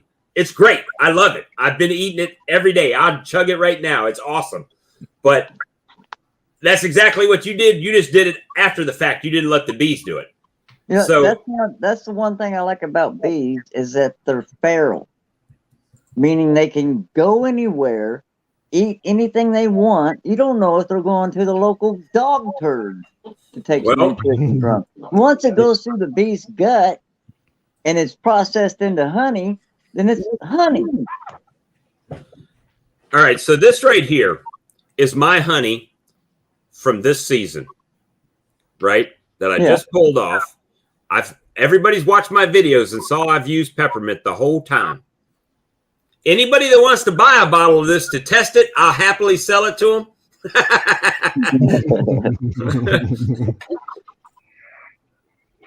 Hello, Steve. But wait, hold on. It does not taste like peppermint. Not at all. It tastes like Christmas, don't it? It tastes like rainbows and unicorns. Just like Steve's raspberry honey tastes like You see where it says the raspberry on the front? Yes, sir. It covers the pure. Oh, okay. Well, no. You're missing. I think it's great. I know what you're saying. Yeah, but it's not pure honey. It's flavored. Are you like it? Oh, I love it. I would put this on ice cream like right now. If I had vanilla ice cream right now. Put it on yogurt. And yogurt. Hey, do you have a place where people can order this from you and get it sent to them? If y'all don't buy this, y'all are retarded. I'm just going to call it like I see it. I got news for you. That's a good seller. It is awesome. I do blueberry and strawberry too. Oh yeah, I saw Michael. I saw a few years ago there was a guy in Backyard Bees NC. Every one of his when he fed, he would put a packet of Kool-Aid. Kool-Aid, yep. And all of his comb was dyed blue in his brood box. And you can see where they store it. I mean, you can kind of see in Peppermint. I've got some pictures on my community where you can see where there's just a few cells in the, I mean, like 4 or 5 cells where you can see in the brood box that they've stored it. So when you start talking thousands of cells of honey or nectar to like 4 cells of that looks like it could be peppermint, yeah, it doesn't You know do what? nothing. Really, it would be interesting to find out how many peppermints would it take in order to taint the honey like peppermint. Well, there you go, Rick. There's you an experimental video series you can put out on your YouTube channel. Well, I'm going to need donations because that peppermint ain't cheap. Well, I got 2 pounds for $5 or something like that. Put all 2 pounds on one colony and see if you can taste the peppermint in the honey. That's what I'm talking about. And That peppermint in the honey. then you can sell it as peppermint honey, Rick. Christmas honey. Christmas honey. Do some red and green. Yeah. I had a beekeeper come up to me. He goes, "Why is my honey red?" I go to his house. I look at it. His honey is red. Then I said, "Do you have a hummingbird feeder?" He goes, "Yeah." "What color is the honey?" "Red." There you go. Is it empty really quick? Yeah, those hummingbirds go crazy. Here's your sign. Yeah. Awesome. So they used the hummingbird feeder nectar to make all of his honey. That's crazy. At least some of it. Yeah, it would take very much a lot of peppermint. That's what I'm thinking, man. It'd take the whole 5-pound bag and then some. Oh yeah, I mean, I don't even. It's so dilute, even in that. I mean, it's mainly sugar, right? It's mainly a candy, and it's got like I think Earl's like the scientific guy on the peppermint. I think he said it was like 10 parts per million. 10 parts per million. You know, which is funny because we'll feed them the water out of our tap that's got chlorine and all this other crap in it that they put in it, right? And we drink it and don't think twice about it. Oh, well, the government says it's healthy. Yeah, well, they say a lot of stuff. You know, it's like, it's so, and I think it's funny in beekeeping, it seems to be amplified how we're so particular on certain things and not on other certain things, you know? So it's like, I don't know. I don't tell anybody how to keep bees. I'm just saying, you know, I'm just trying to give my bees the best chance I can give them down here in 111, 112 degree heat. And I think the quickest proof anybody can give themselves is to try some peppermint oil in pollen patties, or just crunch up some peppermint, put on the pollen patty. And if you're like me, you would typically see hive beetle larvae within 5 days, and you had to make sure you got back within 5 days. Otherwise, you could be in trouble with the peppermint oil in there. Though it buys me it seems like all the time I need so far. I'm still monitoring that, but I really believe it's working so well. And I put 1 teaspoon in a 5-pound batch. I think the and the other thing that helped me with the pollen patties when I was doing that experiment was putting them in the baggies, putting them in the sandwich bags, the Ziplocs, and just cutting out a hole like you would the Hive Alive fondant. Yeah. And that seems to help too, because there's so many bees crowded up on it that the beetles can't even hardly get into it. You know, it's kind of guarded. Yeah, makes a lot of sense. And it does. I mean, yeah, you go through a lot of baggies that way, but you know, hey, it is what it is. At the dollar store. Yep. I bought mine in bulk at Sam's Club and let it go that way. But yes, Steve, this honey was great, man. I appreciate it. And you got it out quick. You didn't waste any time. But you just call the shipping department and like, hey, get this out. Like 2 seconds. Yeah, you're like, okay, it's on the way. And I thought that you just meant that you were okay, I'm getting it ready to go out. And it was like here, like 2 days after I talked to you. Did you try the regular honey?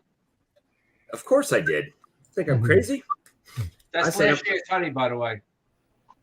It's good stuff too. I haven't harvested any this year yet. It definitely has a different flavor from my honey.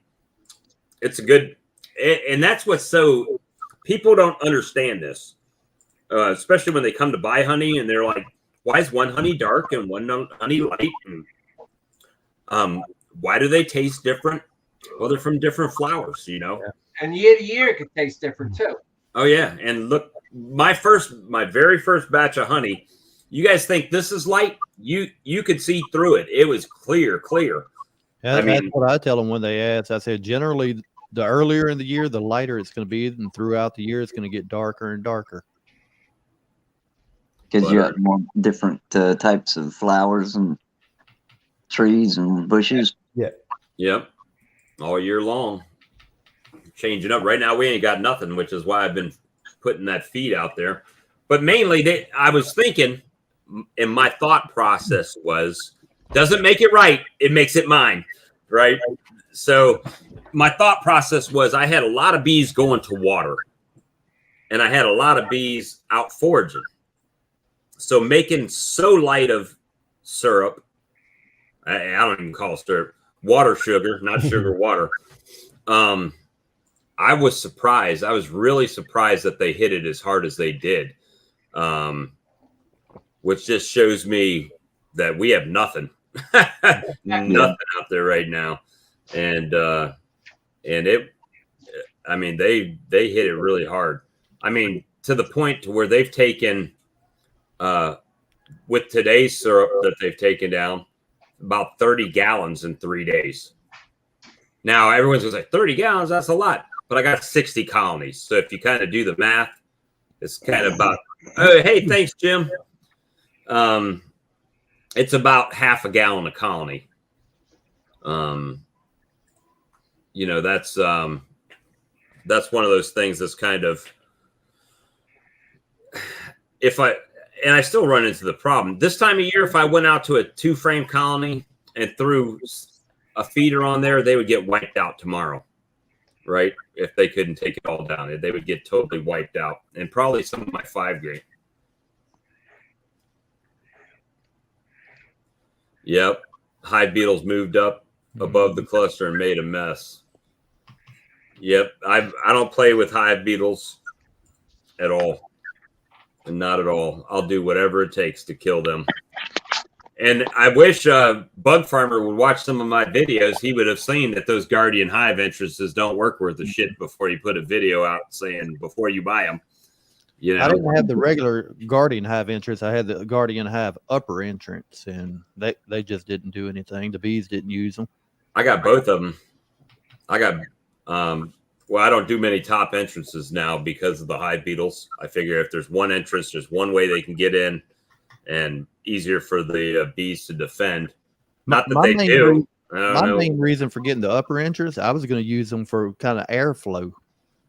Keep that on the super that's going up towards the top of the hive as I under super. That way they got air coming out the top, let some of that heat out. But and I'm beginning to think that's bullshit too, because everyone says, well, they're bearding because they're hot. Okay, I understand that. I took I left the top off of it with just the hole in the inner cover, right? That was sitting on a shim that has 3/4 inch screened holes all the way around it. Like it's got 12 3/4 inch holes screened around the thing. They still bearded. They had extra space to let the heat go up. And they still bearded. It didn't matter. So I don't know why. I don't think the people that say they know why really know why. They can't prove it if they do. I mean, they just hang out outside, and it's not even when it's not hot out, you know, they'll still be outside. So I don't know. Why the colony decided they didn't want that many people or bees inside.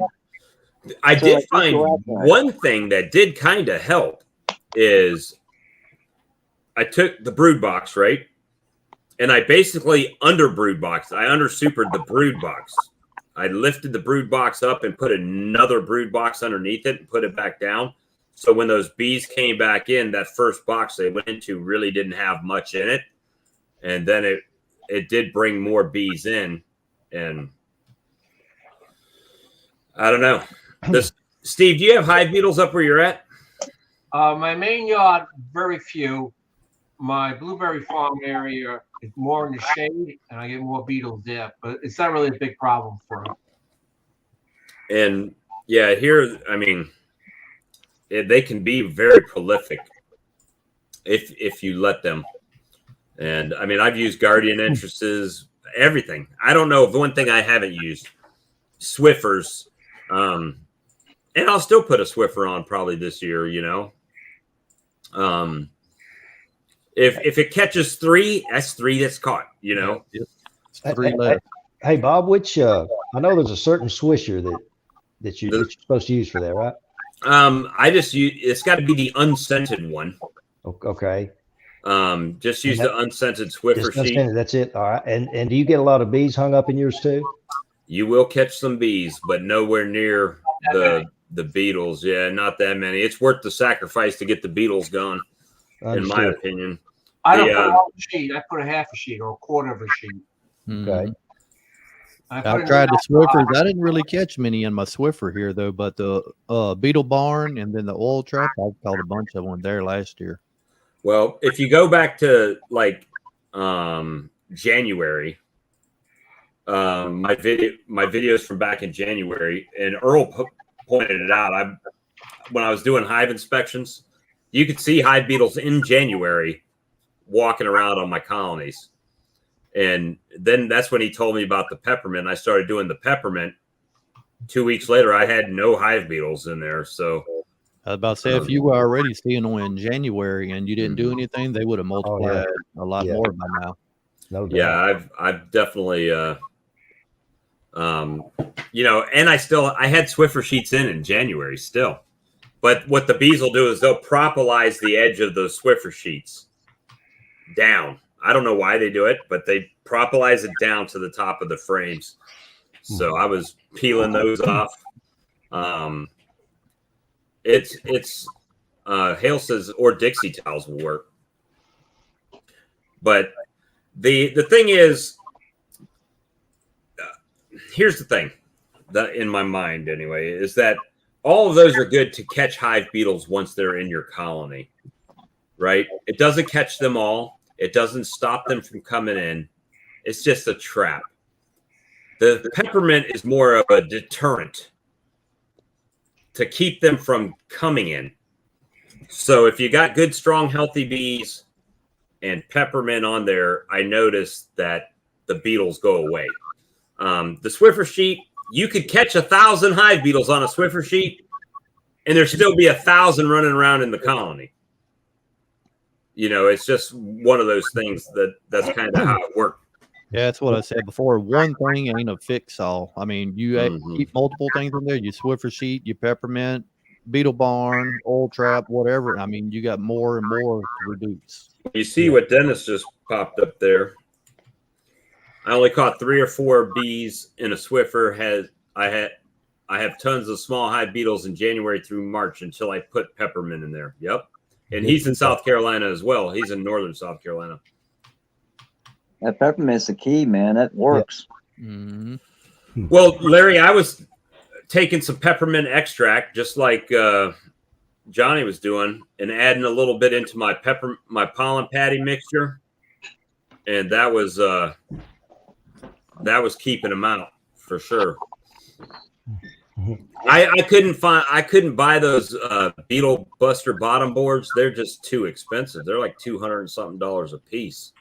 You know, if I had 2 or 3 colonies, yeah, okay, maybe I would do it. But when you start talking 50, 60 colonies, I'm not spending $210,000 on bottom boards. It's not happening. You know, like the bigger you get, I mean, one small change can be a lot of money. Oh my gosh! And if you got 1 or 2 hives, that's fine. Yep. Hey, fellas, I'm gonna have to hop off here. I just want to jump on a minute and say thank you so much for the shout out for the Hillbilly Hives Live coming on the Thursday after stream team, and also too, Bob, thank you so much for making that canvas laser for my dad. You mean this one? My dad's Navy ship. Yeah, show that again. The picture you sent me didn't do it justice compared to what it looked like on the screen, man. That's beautiful. He's gonna love that. So. Thank you I so hope he much. does like it. Yep. Thank you for ordering that, and I appreciate you. All right. Thank you, guys. I'm going to get off here and make room for somebody, and I appreciate you letting me on a few minutes. Good to see y'all. All right, Johnny. Have a good night, brother. Thank you. See you Thursday. All right. See you, Rick. Okay. See you, Lee. So, yeah, it's that's my new fun hobby, I guess. The laser. Is that machine? Is it expensive? The one I got, well, I guess that's relative. It cost me like $1,200. So it's not, I mean, I got to sell a lot at $20 to pay it off that way. You know what I mean? I mean, I paid for it. It's paid off, but I'm just saying to get my money back, recoup my money. But class 3, it's a 10-watt diode laser. I'm not sure what class it is, to be honest with you. But like jars like this, I could engrave those with the laser. No problem. It might take a while, but I can do it. Yeah, I mean it's pretty cool. I mean, I did make the hillbilly beekeeper sign. That's really fine. That's etched in, and I just painted the lettering. So, but that black stripe is not it's on maple too, and this is actual wood grain. It's not paint. If you're wondering what that black streak is right here, that's in the wood grain. That's because you're not using cheap wood. Well, it is kind of cheap, but it's not. It's maple, but it's fun. Hardwood. It's something else, you know, something to do. And then if you went with a piece of pine with no knots, then we got the Kodiak farm. Who's that guy? Yeah. This is not really etched. This is more like photo engraved. Here, it's just kind of like burned on the surface. This one. That looks nice. So, just a few things. So if you guys are interested in any of those things, hit me up in my email, and we'll see if we can come up with something. Let's see. Yeah, Larry, I did one too. I've got a whole playlist on it's called the Peppermint Experiment. And I've got a video from when I first started. Was a it was like a slime out called the Game of Drones when small hive beetles attack. When's Dirt Rooster going to show so Brad can come on? I haven't even seen Brad in the comments tonight. I haven't seen him either. So it's you know, hive beetles, for me, I figure you're going to treat for mites everywhere you are, right? That's just going to be a given. Unless you're a treatment-free guy and don't treat at all, then, hey, good for you. But you're going to treat for mites everywhere. But nobody really talks about small hive beetles too much because they're only really in certain areas of the United States. I mean, primarily. They're starting to go north, though. They're starting to come up that way. The more you talk about using peppermint, hopefully you put the people that make money on them bombs out of business. All of us Southerners are driving all the hive beetles north from using peppermint. That's why I have. Okay. I guess they did find their hives then when they left ours. Right. Oh, that's crazy. Well, someone said they can. I think Earl told me they can fly up to like 10 miles. I didn't know that. I didn't know they'd fly that far. So, you know, well, I got some people around here that are treatment-free beekeepers. So that's why you have beetles. Yeah, probably. Well, I'm also surrounded by woods too, so that doesn't help anything. But I know Brad has put out. He was on last week. I mean, he came in the chat last week. Brad did, and he's put out some videos this week. Matter of fact, who do we need to raid tonight? Is there somebody we need to raid? That one I hadn't looked at this week. I got a question. Your mites in the summer, how do you treat them besides OA? In the summertime? Yeah.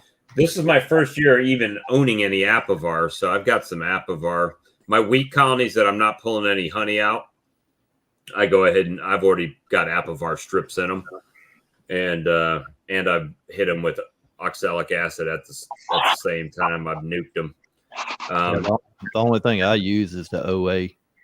Well, the only reason I was actually going to wait a little bit longer to start treating, but when I pulled out those frames for that brood that I took over to the other yard, I had not treated it. It was brand new nukes I had bought a couple months ago, and they blew up really quick. And as I'm pulling the brood frames out, I'm seeing mites walking on the comb. That's crazy. So I blasted them. Yeah, I mean, how often you gonna hit them? Well, if it wasn't raining, I probably would have hit them again already since then. But hit them when it's raining because they're all inside. Yeah, I need to. I actually bought that inverter to hook to my truck. I got an 800-watt power inverter. Hook it to the battery of the truck. Leave the truck running. Run the extension cord and just blast them. Yeah, leave the truck running. I learned that the hard way. Killed the battery. Yep, couldn't leave the yard. But I bought that inverter from Advanced Auto Parts. It's made by Duracell, and I think it was $127 with tax. But yeah, that thing's been a champ. But my first 2 years, what I did is every month. Once a month, I hit them with oxalic acid, regardless of the schedule, not including the fall. Once a month, they got hit just to keep the beetles kind of in check a little, or not the beetles, the mites in check a little bit. And then in the fall, I would hit them once a week for 3 weeks, like everybody was suggesting at the time. Now it's, every 2, 3, 4, 5 days, hit them. Cayman Reynolds didn't Cayman hit them like every 2 days for like a week or something? I mean, he did something crazy. He did it for about a month. He had a couple of years ago. He had like a real dead hive, and it didn't help much. 6 treatments every 4 days. Well, once they're in the cap brood, once they're already capped over, it doesn't do any good. You got to wait on them to hatch out. Yeah. Right. That's why they were doing once a week for 3 weeks. So you hit one, and then in 3 weeks, those have been hatched out. But it's still not really effective because they're capping all the time. Well, I hit mine. Cage the queen for a week. Yeah. Didn't hit them. I hit mine every 5 days for 25 days. Woo. I've been doing it. I noticed with some of my colonies, and I don't know if it was the heat, that they just, and I've said this on a couple of videos, that they weren't capping. I'd go in a colony and I would see eggs and larvae, but not that much cap brood. So I was like, well, I might as well go ahead and treat them, and just blow them up. And I did. I nuked them. I didn't. Why would you not cap them? I don't know. I think the heat, probably not enough nectar source. I don't know. If they don't have enough nectar source and anything coming in to be able to feed them larvae, they'll start pulling them out. Well, everything that I've heard is that they eat honey as the last resort. They eat the nectar first in the brood box before they'll go to the honey, right? Yes. So if that's the case, if there's not much nectar coming in, it's probably difficult for them. So if I put out feed and they'll a lot of times if there's a flow on, they're not even going to take that feed at all. But when I put it out and they like that weak ass syrup I put out, that water sugar, they were killing it. They're starving. Yeah, I mean, I went out and did a video. I was like, what the heck is going on? Because it was too early for the orientation flights. Maybe they're in between blooms. I'm sure they are, because here it gets so hot, everything dies. All of the grass turns brown and dies. The flowers just wilt and die. And so I was like, well, let me put out some syrup for them and see if they'd take it. And they went nuts on it. I mean, it was crazy. Yeah, I wonder 8 what would grams. happen if you planted a flower bed out there. It won't matter. I got flower beds. The heat just kills it. It's Like 100. marigolds and stuff. Marigolds are pretty good. They're drought type plants, I think. Yeah, there might be drought type, but they may not be heat type. I mean, that's the worst thing. I mean, 112 degrees in the, heat index. Yeah. It's easier to drink a Coke or to try chug molasses. Absolutely. That's it for sure. So part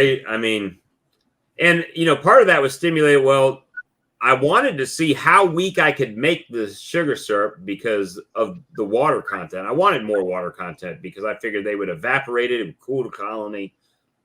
There would be very little sugar extra coming in, right? So it was like tainting honey. Wasn't too worried about it. And just let them go to work. If they use the extra moisture in the colony to cool it, then it's a win-win for me. So, but I thought it was shift change at the honey factory, but it was too early for orientation flights. And they were just killing that open feeder. I mean, all over I put it out. I went inside for 20 minutes. I came back outside and it was crazy. It looked like Ian Stepler's yard when he put out the, you ever seen when he broke the 50-pound bag of pollen sub out and all these, he's got 1,000 colonies that are just killing this 50-pound bag and he walks up and you can see all the bees just kind of move out of the way for him and come right back to it. I had bees landing on me, just landing on the trees, so they eat, they land, they clean their back legs off, and then they fly off. It's kind of weird, but yeah, it's cool. The thin syrup, I wanted to see how weak I could make it, and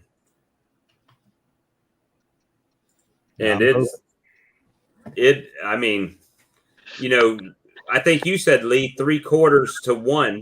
Yeah, I normally do 3/4 to 1. It's like what they'll normally use to draw out comb. Yeah. It makes them draw comb better. So I figure, okay, let's see how far we can push this limit. Yeah, that's what we're talking about right there, Dennis. So what I'm gonna do once I pull all my honey, I'm gonna put brand new supers on with just a wax coated plastic foundation. Throw the 3/4 to 1 to them, let them draw that out. Hey, I'm gonna challenge you, Lee. You're in a dearth right now, or you still got a little flow going? As far as I know, we pretty much in a dearth. I ain't really seen them carrying much, but I don't want to put no feed out yet with all my honey supers on. I got you. Because I am going to extract that. But what I do, once I pull them honey supers off and extract, I'm putting new supers on, putting the 3/4 to 1 and let them start drawing that out. They may store some of it through the dearth. But when it comes to time for a fall flow, I'm going to pull those supers off and put the empty supers back on that I already extracted. Let them fill that up with the fall nectar. Once that's capped, I'll pull that back off and then give them the sugar water frames back. Well, hey, at least dry cut. If your honey's capped, they're not going to uncap it to store sugar syrup in it. So that's a good thing. But yeah, I don't have a moisture problem in my honey or anything as far as that. I heard you guys get like 16.5. I'm lucky to get 17.5 on my honey. That's what that one was, 16.5. That's very rare for me. Very rare. 17.5 is the average. I never go over 18.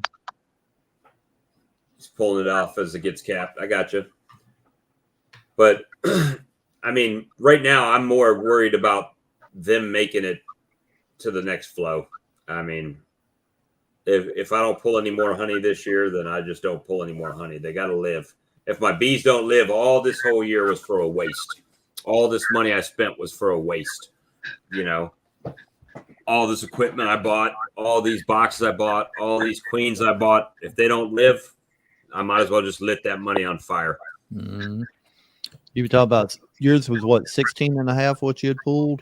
Mm-hmm. What little I've pulled so far was 16 3/4. So it's I'm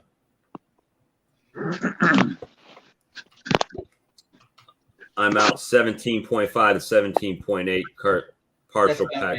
I'm same way.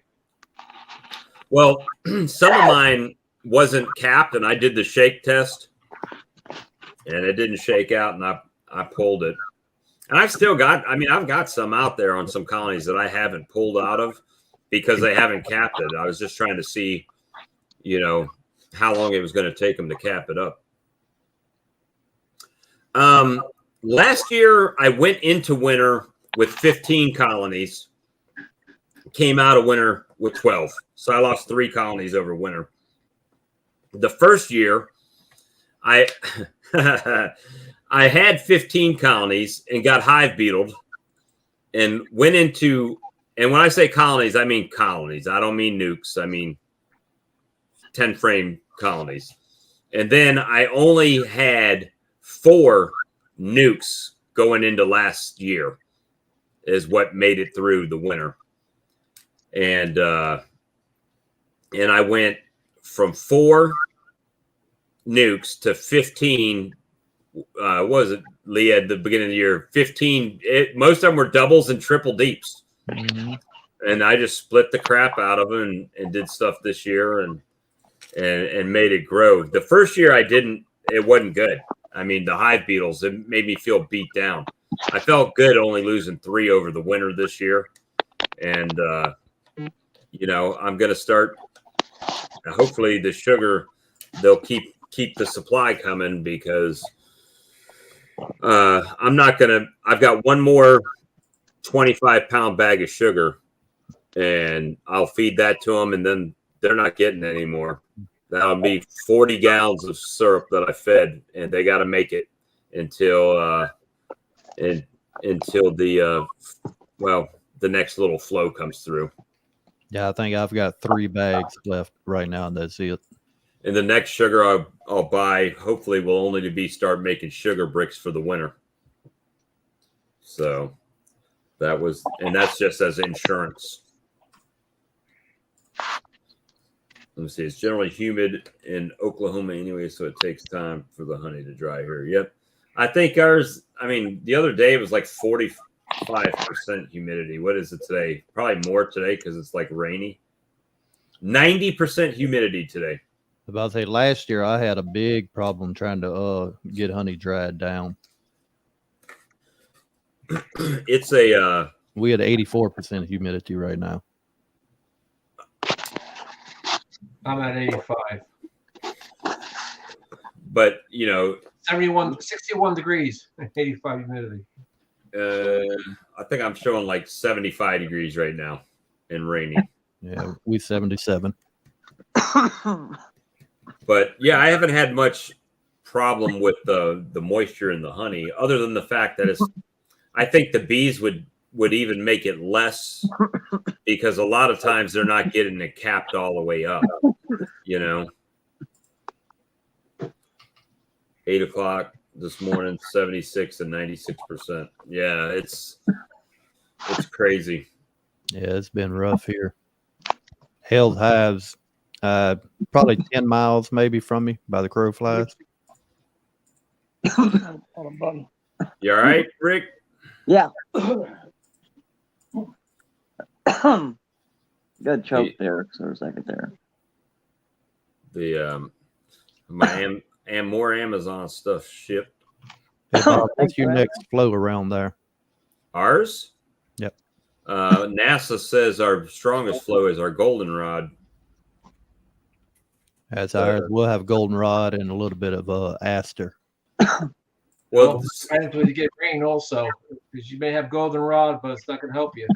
This says, right now it's saying we should have Yopon holly, tulip poplars, and the Tupelo black gum, Ogeechee lime, whatever you call it. That should be going. And sourwood, but I don't know that I've got any sourwood around here, but sourwood should go through July. But then next week is July, and it's saying goldenrod should start from July to November. So it'll be coming in. I mean, we got other plants that go, right? Different weeds and stuff like that. I just don't know how, as far as here, what they, it's not showing as major flow. And I don't know how frequently this has been updated from NASA. Oh, okay. So this is last updated September 20th, 2021. So it's a year old, or, 8 months or so. Yeah. I mean, that source is pretty good, but I mean, the only thing I've looked at it, a lot of the things that it shows for Louisiana here, a lot of it's been in North Louisiana, not just Southern Louisiana.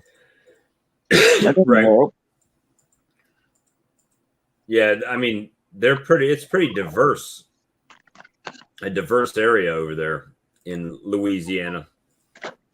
Yeah, down here in the South, we got a lot of sugarcane fields, stuff like that. But up north, there's a lot of cotton and soybean.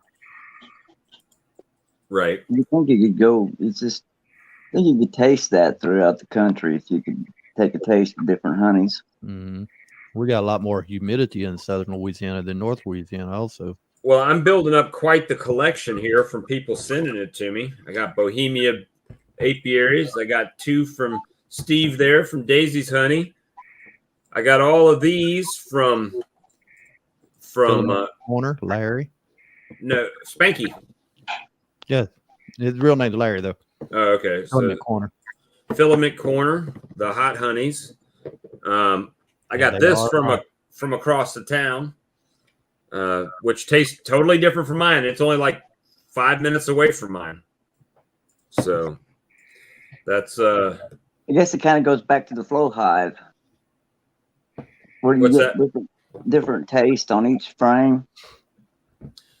Yeah, I mean, I don't think there's anything wrong with the flow hive. I actually had contemplated buying them when I started, but I guess my addiction was too strong.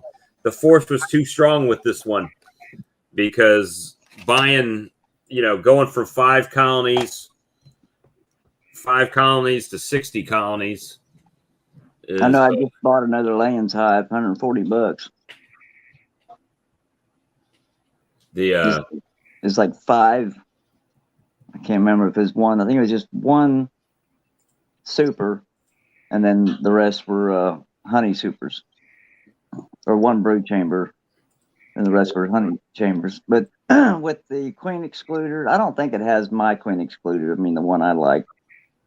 So that's going to be another $25. Well, I mean, the flow hive, what are they, like $800 a piece? Yep. If you bought one from the original, yeah. All my stuff's China made, dude. I don't buy all this retail normal, made in Australia. No, I can't afford that crap. Mine's the cheapest way you can do it, by buying Chinese knockoffs. Let me see. Yeah, but you're not sure what kind of wax they're using, what kind of plastic they're using. What, the Chinese knockoff one? Yeah, Chinese knockoff. You know what they're using. It's food grade. They said it's food grade. They also polluted our honey. They used to send honey over here with contaminants in it, and we had to ban them. So they shipped their honey to Philippines and relabeled Philippine honey, even though it's coming from China. Mm-hmm. Right. Actually, it was just a court case. They just won it. Let's see, Vietnam, China, some other place. They're flooding the U.S. market with honey, and they got caught. And then big legal action. They got to pay millions of dollars in fines. Well, if you haven't watched the show on Netflix called Rotten, the very first episode is called Love, Guns, and Honey. And it's about Chinese honey and the adulterated honey, and how they transship the honey to like Taiwan or somewhere else to send it to the United States legally, because we banned Chinese honey in the United States. But all China's doing is sending it to another country, slapping a new label on it, and then shipping it, or changing barrels and sending it over. and so it's been a struggle to say the least on the honey front. But they'll find any way they can to get it in. Oh, please tell me there's some sort of embargo on that kind of stuff. Well, to give you an idea, they used an example on that show where it said the island, all the bees on the island could not supply. They did like a bunch of barrels, right, on the ship. Couldn't supply one of the barrels on the ship, and it was kind of crazy how much honey was getting shipped on this this transshipped island that they were using. I forget which country they said it was. And the problem is they can't find out where the honey's coming from because it's been filtered, and they can't find any pollen in it to see what country it came from. So right. Filtered honey, you don't know where the honey's coming from. It could be regular sugar in it. Well, they've been sending it to some of them on that video. They were sending to Germany. At that time, there was one lab that would test it, and then they would, through a microscope, they would see the pollen little particles in it, and be able to say where it was from. They can do that? Yeah. You got to watch the episode. You got Netflix? No, I don't think so. I was about to say I take that as a no. You could probably find it on YouTube. I mean, I'm sure you could look Rotten Up on YouTube, and it would probably show that episode somewhere. God, man, damn this. Oh my! I don't know. I'm not going to make it political. Yeah, it's not going to make it show political, but that seems like it should be controlled by our government to not allow any of that kind of stuff in the country. They did do an embargo against China. There should be a total. Oh, never mind. I'm not going to make it. Okay. Right. I mean, but the funny thing is, then they make the regulations on the U.S. producer so hard for us to get our stuff in like chain stores and stuff like that. It doesn't make it worth it. You have to have a ton of money to be able to do that. Trust me, okay. Yep, you're right, Bob. I'm going to keep my mouth shut. I should probably go because if not, I'm going to say something. Taiwan and Malaysia, yeah. So they were, and Vietnam exports, yeah. So, and there was this German company that was buying honey from Russia that they had some kind of chemical in it where they were treating the bees with this antibiotic that was supposed to be harmful to humans, but they knew that and they still sold it anyway. So it was a big mess. So that's why like Ian Stepler is in that co-op. So they know exactly where that honey is coming from. I was about to say they can trace it back exactly pretty much what field it comes from. And that's crazy. That's pretty wild, man. It's actually really cool that scientists are able to figure that out. And they look at the pollen. They tell you where the plants are, what part of the world it comes from. Yep. But what they do is they throw all the pollen out, and there's no pollen. They can't tell where it came from. That's what Little Acres honeybees said here. They're adding pollen from other areas to throw it off. Make it look like it's somewhere else. But they could, I mean, yeah, that's true. I mean, they could do that. But you figure. The good news is honey prices are going up. Croatia is a big honey producing country, which I don't know how much honey we can get from them. Well, it'll be interesting to see, main reason to keep your own bees. Absolutely. Yep. And believe it or not, before I had bees, honey wasn't something I bought all the time. Too expensive. I can't remember if I've ever actually bought any honey before that. Yeah, we don't. I mean, when I was a kid, my mom always got honey and we'd put it in the tea and stuff like that, but really, I never really bought honey, but now I don't have to buy honey. I got too much honey as it is. I need to get rid of it. That's exactly right, Hale. Oh, yeah, Bob, on that raspberry honey, put some Frank's hot sauce in there and make some wings with it. It really is. It'd be awesome. It's awesome. Frank's hot sauce or any kind of hot sauce, and put your wings in that. You'll love it. See, you're going to give me a whole... Bob's going to be up playing with a laser tonight and cooking wings. And I don't know. The laser, I actually have another project to do, but I would have to go out to the truck, and I got to prep the project before I could actually laser it anyway. So, how long does it take to make like that boat you did? Oh, that one that I did for Johnny, that picture was 2.5 hours. Oh wow! But it came out perfect. So it came out really nice. Lee's. Oh, actually, I used my son's photo that I burned into wood. 15 minutes. And obviously the grain is messed up, but basically I burned it on the wood, the photo, and then sprayed a clear lacquer on it, and good to go. But I can do anything: dog tags, dog collars. When I say dog tags, I mean like military dog tags. Can you tell if that's a knot that ran through the wood there? No, that's actually the grain in the wood. So this right here, you can see on the side where it's darker, and then it's like just a piece of the wood was lighter right there. So yeah. That's where it's also lighter there. So obviously wood is different hardnesses and softnesses in the wood. But now if I would have etched this deeper like this, then this is actually, you can actually put your fingernail in the letters in these, because this is an etching, but still has like different colors, like right there. I like that picture up on the top corner. I like that picture of the hive on top corner. Oh, this one? That was plagiarized off the internet. Stole that from the internet. That's cool. I like it. Well, before I even engraved it, I had sprayed it with a clear coating, and then I engraved it, and then I used the I used some black. Did your homework? Yeah, a little bit, so the paint wouldn't go soak into the grain, and then I used acrylic paint. Hey, Tim, did you see what I got coming in? Oh damn! I need to.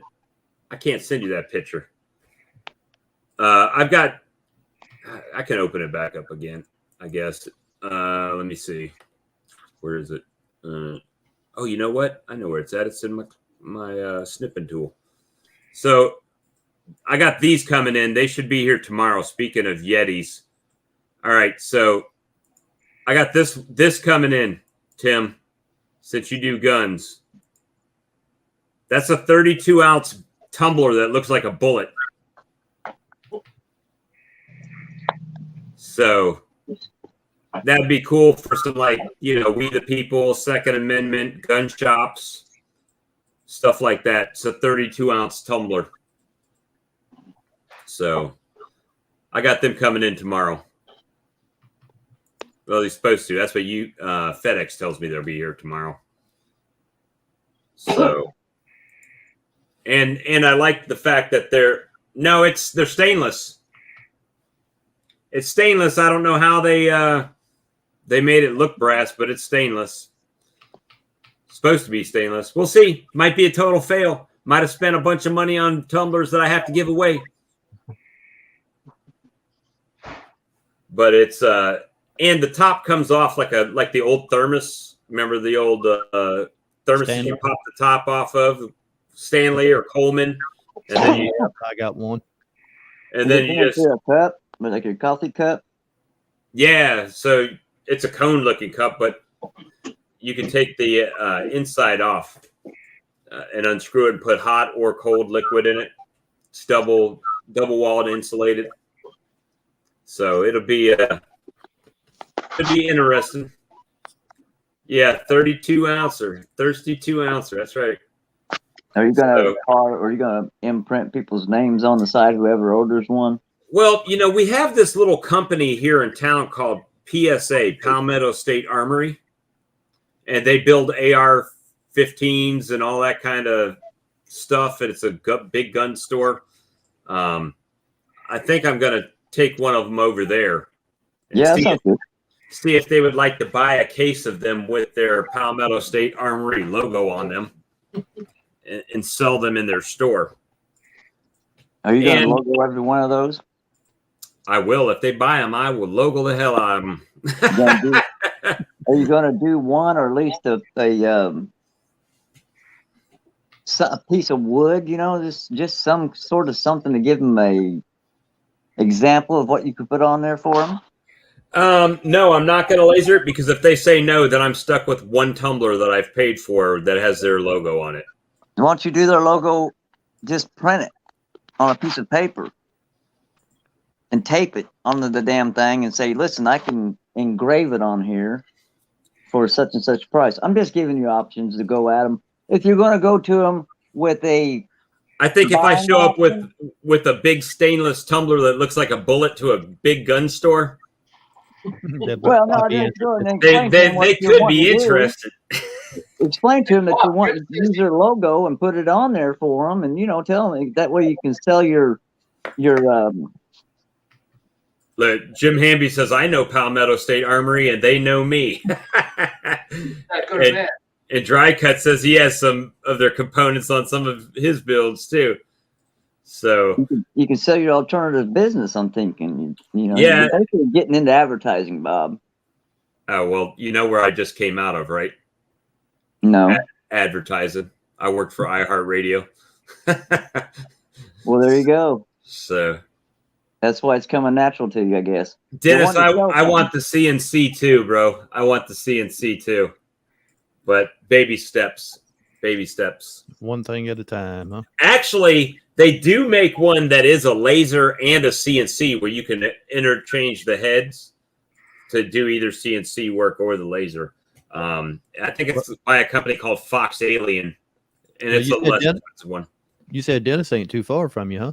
No, he's just an hour and a half maybe from me. You got the laser, he get the CNC, y'all hook up together and kick out some products. That's it. Bob, how far are you from Myrtle Beach? Maybe hour and a half, 2 hours drive. Not far. Not far at all. What micron filter are you using, Bob? I don't know. The strainer. That's it. The strainers, yeah.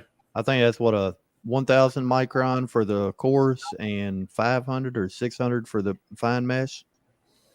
I think that's normally about what they are. I'm using like a 400 to 200. Now, what I'll typically do is I will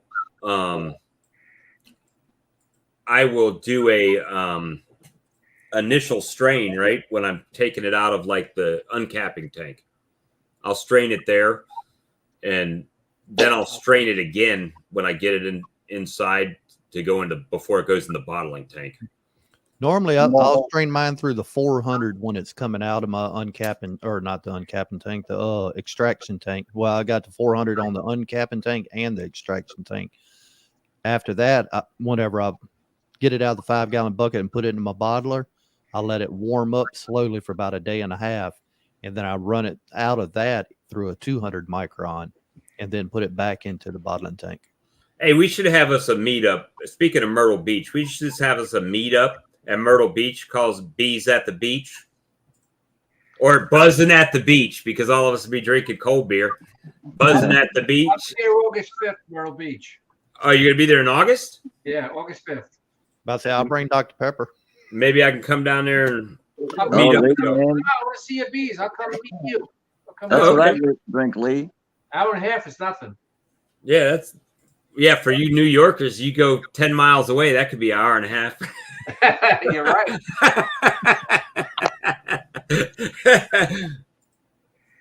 If you want to meet up somewhere, won't you meet up here in Indianapolis, because they got the race in August?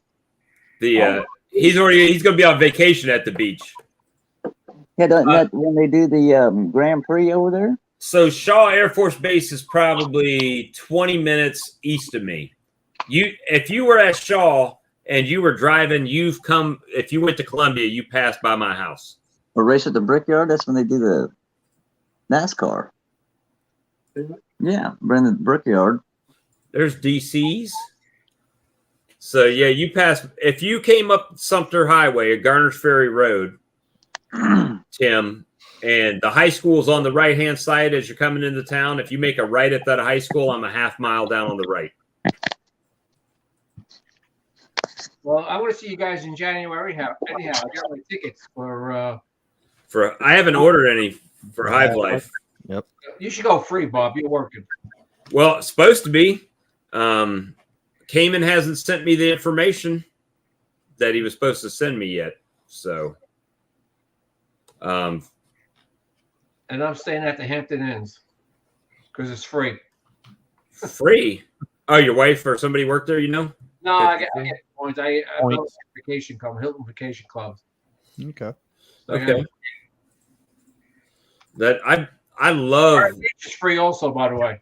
we used to go up there to Gatlinburg a couple times a year with the kids. We loved it up there. Very beautiful. And pretty cheap too. Now, last time we were there, we were before they had that big fire up there a few years ago. But yeah, I love it up there. I think it was 2019 last time I went up there. Basically, Gatlinburg is Myrtle Beach in the mountains. I mean, they got, the shops. They've got like Ripley's and the Titanic Museum. And that big ball turn around Ripley's. Yeah. Go-kart tracks. They got all that stuff. Dollywood. Well, Dennis says he's got 2 condos in Garden City and a 2 and 3 bedroom on the ocean. It's about 12 miles south of Myrtle Beach. Oh, it's even nicer since the rebuild? Oh, okay. Now, see, my problem is I would go lots of places, but I can't carry my mom that far because of her Alzheimer's. I mean, she'd ride in the car, but it's just, one of those things that it's difficult to go places with her. So hopefully I can get my sister to take her for a few days when we come up there to Hive Life. How far of a ride is that for you? 3.5, 4 hours. Woo! Close. Yeah, it's not far at all. And the funny thing is, we go the same way every time, and it takes you right by the Bush Baked Bean Factory. And on one side of the road, Bush Baked Bean is there, and on the other side is Ball Mason Jar Company is on the other side of the road. And the Bush Baked Bean Company has like this museum and country store in there. So that was always like where we would stop and take our little break, get out, stretch our legs, get a pop, and go through their little museum they have. Kids loved it. I mean, I liked it. So, yeah, it's just a nice little area. I love the mountains. So hopefully everybody's going to show up down there. Hopefully it doesn't turn out like last year where I was going to go at the last minute, but they ended up having sold out and didn't go. And then we had, this year I'm supposed to be doing the Blythewood Bee booth over there. But if Cayman don't give me the stuff and then they're like, oh, we don't have any room left or whatever, then I'll be like, well, guess I'm not going. Or I'll be standing outside trying to thumb my way in. I'm looking 672 miles to get there. For you? Yep. A little over 10 hours. Sounds like me too. I might be 12 hours. I'm about the same distance as Bob, I think. Let me see. I can Google map it. That's what Where's it at? Tennessee? Sevierville, Tennessee. Yeah, it's about 4 hours. Isn't it there? Yeah. I'll probably end up staying with my nephew.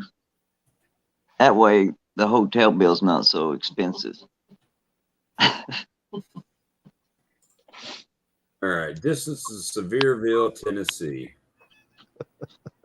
DC's giving you a hard time. It's 255 miles for me. So by this, it's saying 4 hours and 47 minutes. So it is a little bit longer than I thought, but it's only 200 and something miles. That ain't too bad. Hell, it takes me 70 miles round trip to go to the bee store. Now, are you going to go up there the day before for the kind of meet and greet? that first night? I hope to. I mean, it's Friday, Saturday, and Sunday, right? So Thursday night is that optional night. Thursday night. Well, I think it's Friday and Saturday. Okay. And then the Thursday night's the kind of meet and greet if you happen to be there. So if it was Friday and Saturday, I would have to come up on Thursday anyway to probably set up for the vendor thing. Yeah. I figure we're gonna leave.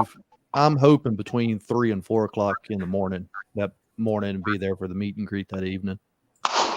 And one thing I want to know is if people are interested in getting any nukes next year.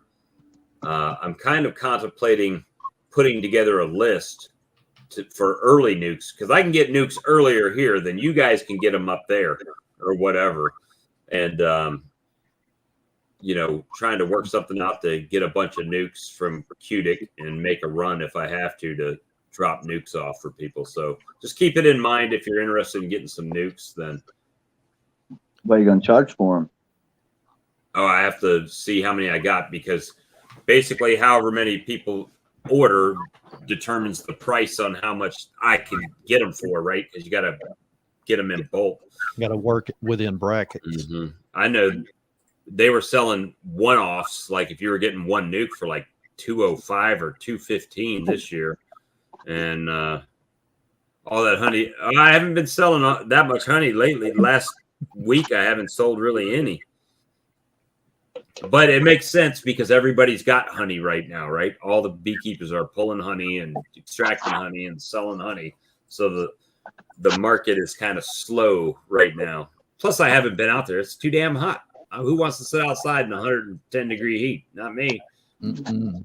I'd have to have the cooler over there with the Budweiser in it, and then I'd be too drunk by the time I got there to buy the honey. Tore up. Well, at least someone gets a buzz. Right? Yeah, I changed my reservation because I was going to come Thursday. Now I'm going to come Wednesday. So I can do a meet and greet, not be too tired. So I'll be spending 4 nights there. I know there's a place in Sevierville. I wish I can't think of the name of the restaurant, but they had awesome country cooking. It's got to be real. I mean, they got to be real close to that thing. But like, man, when you ordered food, they were not shy on the portions when they gave it to you. And they had a big wooden bear on the outside of the restaurant. I'll have to see if I can figure out what that restaurant was called. That was in Sevierville? Yeah. It's a nice little country restaurant. They even said they sold 500 tickets already. Oh, I'm sure. They'll sell. He was thinking they were going to get 1,500. I think they'll do more than that. It's still early. He's going to stop at 1,500, I think. That's dumb. If you ask me, that's dumb. Here's the first rule of business, in my opinion. You never turn down the money. Never turn down the money. If someone's going to get... Huh? You got to have the room, the equipment, the chairs, the tables, the people. Okay, here you go, Bob. Here's a scenario. You have a machine that makes your product, but it has no safety measures on it. And it's either you get the order finished or your company's going to fail. What do you do? Wait a minute. I don't... Say that question again. You have a machine, right, that has no safety features. Okay. You have a workforce that wants to work with it, and you have an order that your business is going to rely on, because if you can't complete the order, you won't get the money, so your business won't go on, your business will fail.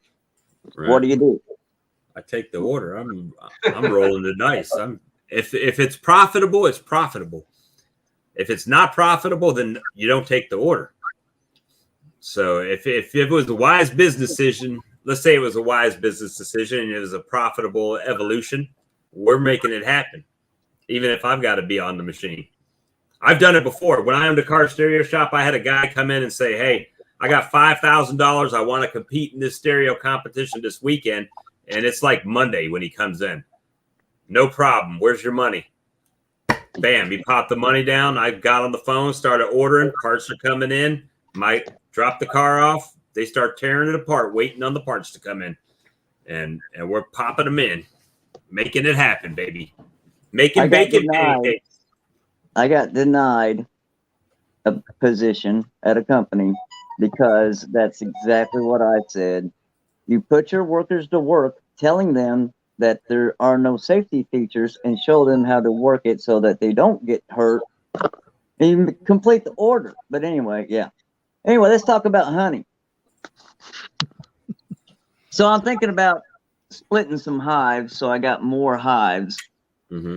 I have another hive coming in that I need to put together. I haven't put it, and I have 3 out there without anything in it. So I'm thinking about splitting the 3 that I have and moving the 5 frame over to that one, like I told you earlier. Right. To try to get my numbers up. But then again, that means I'm going to be going into winter with more hives, and all those hives are weak. Well, you got because they won't have the numbers for. Right, but if you split them now, you've got. When does it start getting cold there? October, September? Yeah, October. Last of October. You got 3 months. Yeah, but they gotta be strong. You gotta feed them. I was about to say, I mean, if you're going into a dearth too, you're gonna have to feed pollen, sugar water. Feed them. I've been doing that on these ones I have, trying to get those built up so they can, get their numbers. I wouldn't split those if you're feeding them now because they need the help. I wouldn't split those. How many frames of bees are we talking about in each hive? 5. Full bees. I'm thinking about taking. I got one hive that's really strong. That's the one I've been feeding the pollen to and the sugar and all that kind of stuff. Actually, no, I haven't been feeding sugar to them or syrup because I don't have an 8 frame feeder. But they've got plenty of natural sugar around here, and they've built up their numbers. I think they're big enough to where I can move them to the ice cream hive with the 5 frame in the ice cream hive. Are you running 5 frame colonies or 8 frame colonies now, or 10 frame? Most of my large colonies are 10, but are they doubles or singles? I could go ahead and take that center divider out and just turn it into a 10. Well, here's the other thing. Do you have queens for splits? I'm wanting them to make queens. Okay. Do you have drones? It'll take a month to make a queen. Mm-hmm. Yeah. By the time she's laying, it'll be almost a month. So, see, I think it may be too late. And then it'll be 21 days before the first batch hatch. So now you're in September. About the only way you could do it, if you were going to do it, is you'd have to order mated queens. I was about to say that's the way I would go, mated. That way they can start laying as soon as you make a split. Yeah, like a week, right? You got about a week when you let them get used to her and get in there, and she's released, and she's going to walk around and do whatever, and then she'll start. Well, that tells me what I'm going to do for this winter to get ready. I'm going to have to do a few things, but it tells me I'm just going to continue on with what I'm doing, feeding them like I'm doing because their numbers are increasing to try to make them as popular, as big as they can going into winter. Then after winter, in the spring, that's when I go splitting them. Yep. That's the best bet. When you feed them, don't let them run out of feed. Keep that feed on them all the time. Because when they run out of feed, they're going to eat the food they have right now. If you keep them food, the extra food they'll put away. If you keep feeding them, if they run dry, they'll start eating the food they stored. Yeah, about to say they'll start eating the food stored, and then they'll start cannibalizing any eggs. Got to keep that jar full. Well, not full, but keep syrup in there. As soon as it even looks like there's any kind of a dearth, I'm going to be feeding them. I will feed them all now. Yeah. I fed them last time. I fed them before, but then you was talking about having funny honey. So I stopped doing that. I just fed them a gallon. You feed them not for honey. You feed them to take care of the bees. You're not feeding them. I started out doing when I first got them, fed them a couple of gallons or a gallon of sugar syrup and pollen patty. And then I got so many ants in there. I'm like, Where are the ants, on top cover? What's that? Where are the ants located? On the top cover? In the cover? Yeah, it was in the top. Yeah, on the top cover. Put a little cinnamon powder there. Yep. A little cinnamon to keep them away. Okay. All right. Cool. The ants don't really bother the bees too much. Well, the sugar ants don't bother the bees that much. But put a little cinnamon powder. Okay. And that'll keep them away. That's an awesome tip. On top of the in the cover. Hey Lee, what time you got to run? It's like 10:45, so I don't know. 3 minutes. 3 minutes. 9:45. Well, that's the I should have already been gone response, but yeah, I didn't. I'm losing track of time. It's all good. But at any rate, Yeah, you rather go to season with a bunch of strong hives through winter than a couple of weak ones and they don't make it. Yeah, and this time of year, the queens are starting to slow down because the days are starting to get shorter. Yeah, and it's hot out there right now too. Yeah, hot. So, but if you're going to split them, I would buy queens. Otherwise, you're delayed another month, and you're into September already. Yeah, I think I'll wait and split them in the spring next year. I'm just going to go ahead and feed them, build them up so they can survive the winter. Are you using single deeps or just double deeps? What's your configure? You running single deeps or double deep box? Double. Double? Double. Double deep. Well, do you have double screen bottom boards? No, I got a solid bottom board. No, I'm talking about the actual piece that's a double screen board. I mean, yeah, that's no big deal. I could make them. I can make those out of inner covers. Technically, you could attempt to lift up, split the brood, put a double screen in there and put it back down and let them start make queen cells in the box that didn't have the queen in it. And then if they were failed to make a queen, you basically just do a combine and combine them back together. I mean, so you're talking an upper entrance too. Yeah. So put that double screen board in between the two boxes. Making the queen from the time the egg to the time she's producing, it's about 28 days. And then when she starts laying, it's 21 days before the first ones hatch. Yeah. And by that time, it'll probably be too cold. You're being in September. Yeah, I know. That's what I'm thinking. It's too late to do it this year. If you get a queen now, should be laying in a couple of days. You know, they say, well, you're selling you a mated queen because they're not laying. Once you put them in a cage, in 24 hours, they're not laid anymore. It takes them a while to start laying again. Right. But if you're going to split, I would buy queens. If you don't want to buy queens, wait till next year. Yeah, I'm going to wait till next year. The colonies you got now, strong. I just saw Kylie Marie came in. Uncle Lee, have you ordered that straw maker yet? Nope, not yet. I'll see if she'll give me a loan, and I'll go ahead and order it. I've been thinking about that. I mean, matter of fact, I was at Sam's Club today. Why it didn't pop in my head to buy straws and make honey straws. Clear straws you want. Make the clear ones. Yeah. Now I did see one of the little straw maker things on, I think it was eBay the other day. It was like a little $89 one, little carousel. I mean, for $89, even if it don't work, you out less than $100. I saw I'm almost tempted to maybe try it. The funny thing is, after you talked about that Amaretti for the raspberry, my stupid Facebook feed shows Amaretti ads all the time now. Really?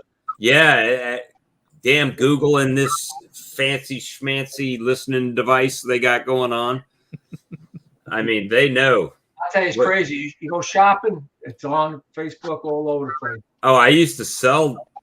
It's so devious. You have no idea the depths of depravity. You'd throw your phone in the garbage. So at iHeart, we could sell, they had geolocation, right? So you could sell a device. So let's say Duracell battery wanted to advertise to you, but they didn't want to just advertise to everybody. They only wanted to advertise to people that went to places that had Duracell batteries in it. we could actually geolocate a store. I mean, frame, not just like a shopping center, but the actual store. So when you go into Lowe's, you would get a pop-up on your phone that said, "Don't forget the batteries." Just a reminder to go get batteries, and just directly targeting you, if to buy where you're at. Or you could go into Subway. Let's say McDonald's. Let's say you went into McDonald's. It would pop up an ad of a coupon to go to Subway. To say, you know what? I just got a coupon to go to Subway. Let's go to Subway. And you were actually heading to McDonald's. But because you were close to that McDonald's, Subway could say, let's send them a coupon and see if we can move them over to our store digitally. You would really be surprised some of the stuff, the tricky tactics they can do. You are correct. Cutix is their website and everything's in New York. They do move up New York. But guess what? In the spring, where they produce their nukes are here in South Carolina, about an hour from me, which is where I was buying bulk queens. And I didn't buy any nukes from them, but I did buy bulk queens from them early in the season, and I was selling them. So that's I can just drive and pick them up. And if we order over 250 nukes, they'll actually bring them to me. So That's a lot. just a lot of nukes.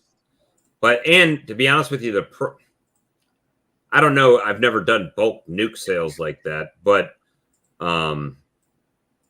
you don't get a huge. You would think there'd be like this crazy discount on nukes. It's not that crazy. It's not huge. Even with the queens, when you buy 25 or 26 at a time, you're not getting that big a break. And it's a gamble. So, I spent $700 on queens, and I got to sell the queens or use them. That's another reason why I'm at 60 colonies right now. But I was able to take the profit off the queens I sold, which actually paid for my queens that I used. So it did work. You're just getting everything organized to make that big of an order and then distribute everything out, schedule people coming to pick up. But me, I don't organize nothing. I'm just like, hey, they're over there. Let me go buy some queens. And then I went to the bee store and like, hey, you guys got queens? Nope. Well, if anybody calls you needing a queen, give them my number because I got a bunch of them just came in. And next thing, everybody that called the bee store looking for queens was giving people my number, and they were buying queens for me. So worked out good. Anyway, Mad Mort, you're coming in as we're getting off here, buddy. I'm going to take off, man. I'm going to miss dinner. All right. Have a good one, Rick. Yeah, we're getting ready to hop out too, Rick. Thanks, buddy. Yep. But yeah, so it's one of those things, the more we get into beekeeping, the more beekeeping gets into us, Talking about queens, I had one fly away this year also. Yeah, it's nothing like watching $30. I was trying to mark her. Bye. Yeah, and it's like you think she wouldn't be able to fly because she's mated and supposed to be good to go, but nope. She might not fly very far, but she's gonna fly. Oh yeah. I looked for her. Well, I was hoping that there would be a cluster of bees that would take to her, and I'd be able to find that cluster. But no, she went way up and off. I was like, "Where the hell are you going?" It just took off. Actually, I had two. One flew back to the box. So. Hey, Dennis, that's good. That means you still got a flow going on. Mine, you go to my channel, look at my live from a little while ago, and see how many bees were punishing that tote, just killing it. And I actually took a sting, which is unusual in feeding. My sister just marked on one video. She's like, "Be careful." I'm like, they're not worried about me. And zap, got me right on the arm. They were landing all over me just to, clean themselves off before getting back to the colony, I guess. My bees are on the clover right now. We got nothing. Even our sunflowers have went to seed, and they're all little white poof balls and everything right now. Or not sunflowers, but dandelions are all poof balls. I didn't have a lot of dandelions this year. It was like crazy weather. We had quite a few this year, more than we had last year. But I got more clover than I normally have. I'm afraid of my lawn. I don't have much clover right now. Mm-hmm. I don't have much of anything right now, to be honest with you. I mean, it's by the way my bees are hitting that feed. There's nothing going on. I got 2 swarms that have been in the trap about 3 weeks already, small ones. And I looked at it today. They're packed with honey. I don't know how I'm going to get them out of the swarm trap. Mm. A disaster tomorrow. That's where I messed up the other day. I'd caught a swarm at the cafe down the road a couple of weeks ago, forgot and left them in the little 5-frame nuke. And I went out there Sunday and they were packed. And I only had 4 frames in it, so they drew out one natural. My swarms have not been that prolific drawing comb out. I don't know what's going on. I mean, every swarm I see on YouTube, they draw comb like mad. Mine, not so much. They're not drawing it out. Try to video me taking the combs out tomorrow. I'll try it. I've got. I appreciate you guys. I don't know how much work it is to take a video to edit it. That's a lot of work. Well, that's why I've been going a lot more live streams. That's more like me, because I just can't do it. And it's still content, so Blackberries just popped open there. That's awesome. But anyway, guys, we got a call tonight because Lee's got to go to work in the morning, and it's all Lee's fault. Oh. Well done. And remember, the stream team is not going live tomorrow. They will be going live on Thursday at 8.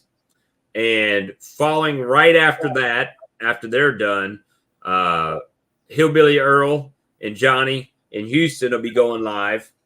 That's going to be on Houston's channel, correct? On that's what Johnny said, on Houston's channel. So I'm going to drop that link in here. Make sure y'all sub to that and go check out the live. Yeah, give them some support. And we were on their first ever episode. It went good. Dirt Rooster came in. I think the stream team is actually going to go from their live and then go into Earl's live afterwards. So you'll be able to catch them in 2 spots the same night. That'll be good. That'd be good.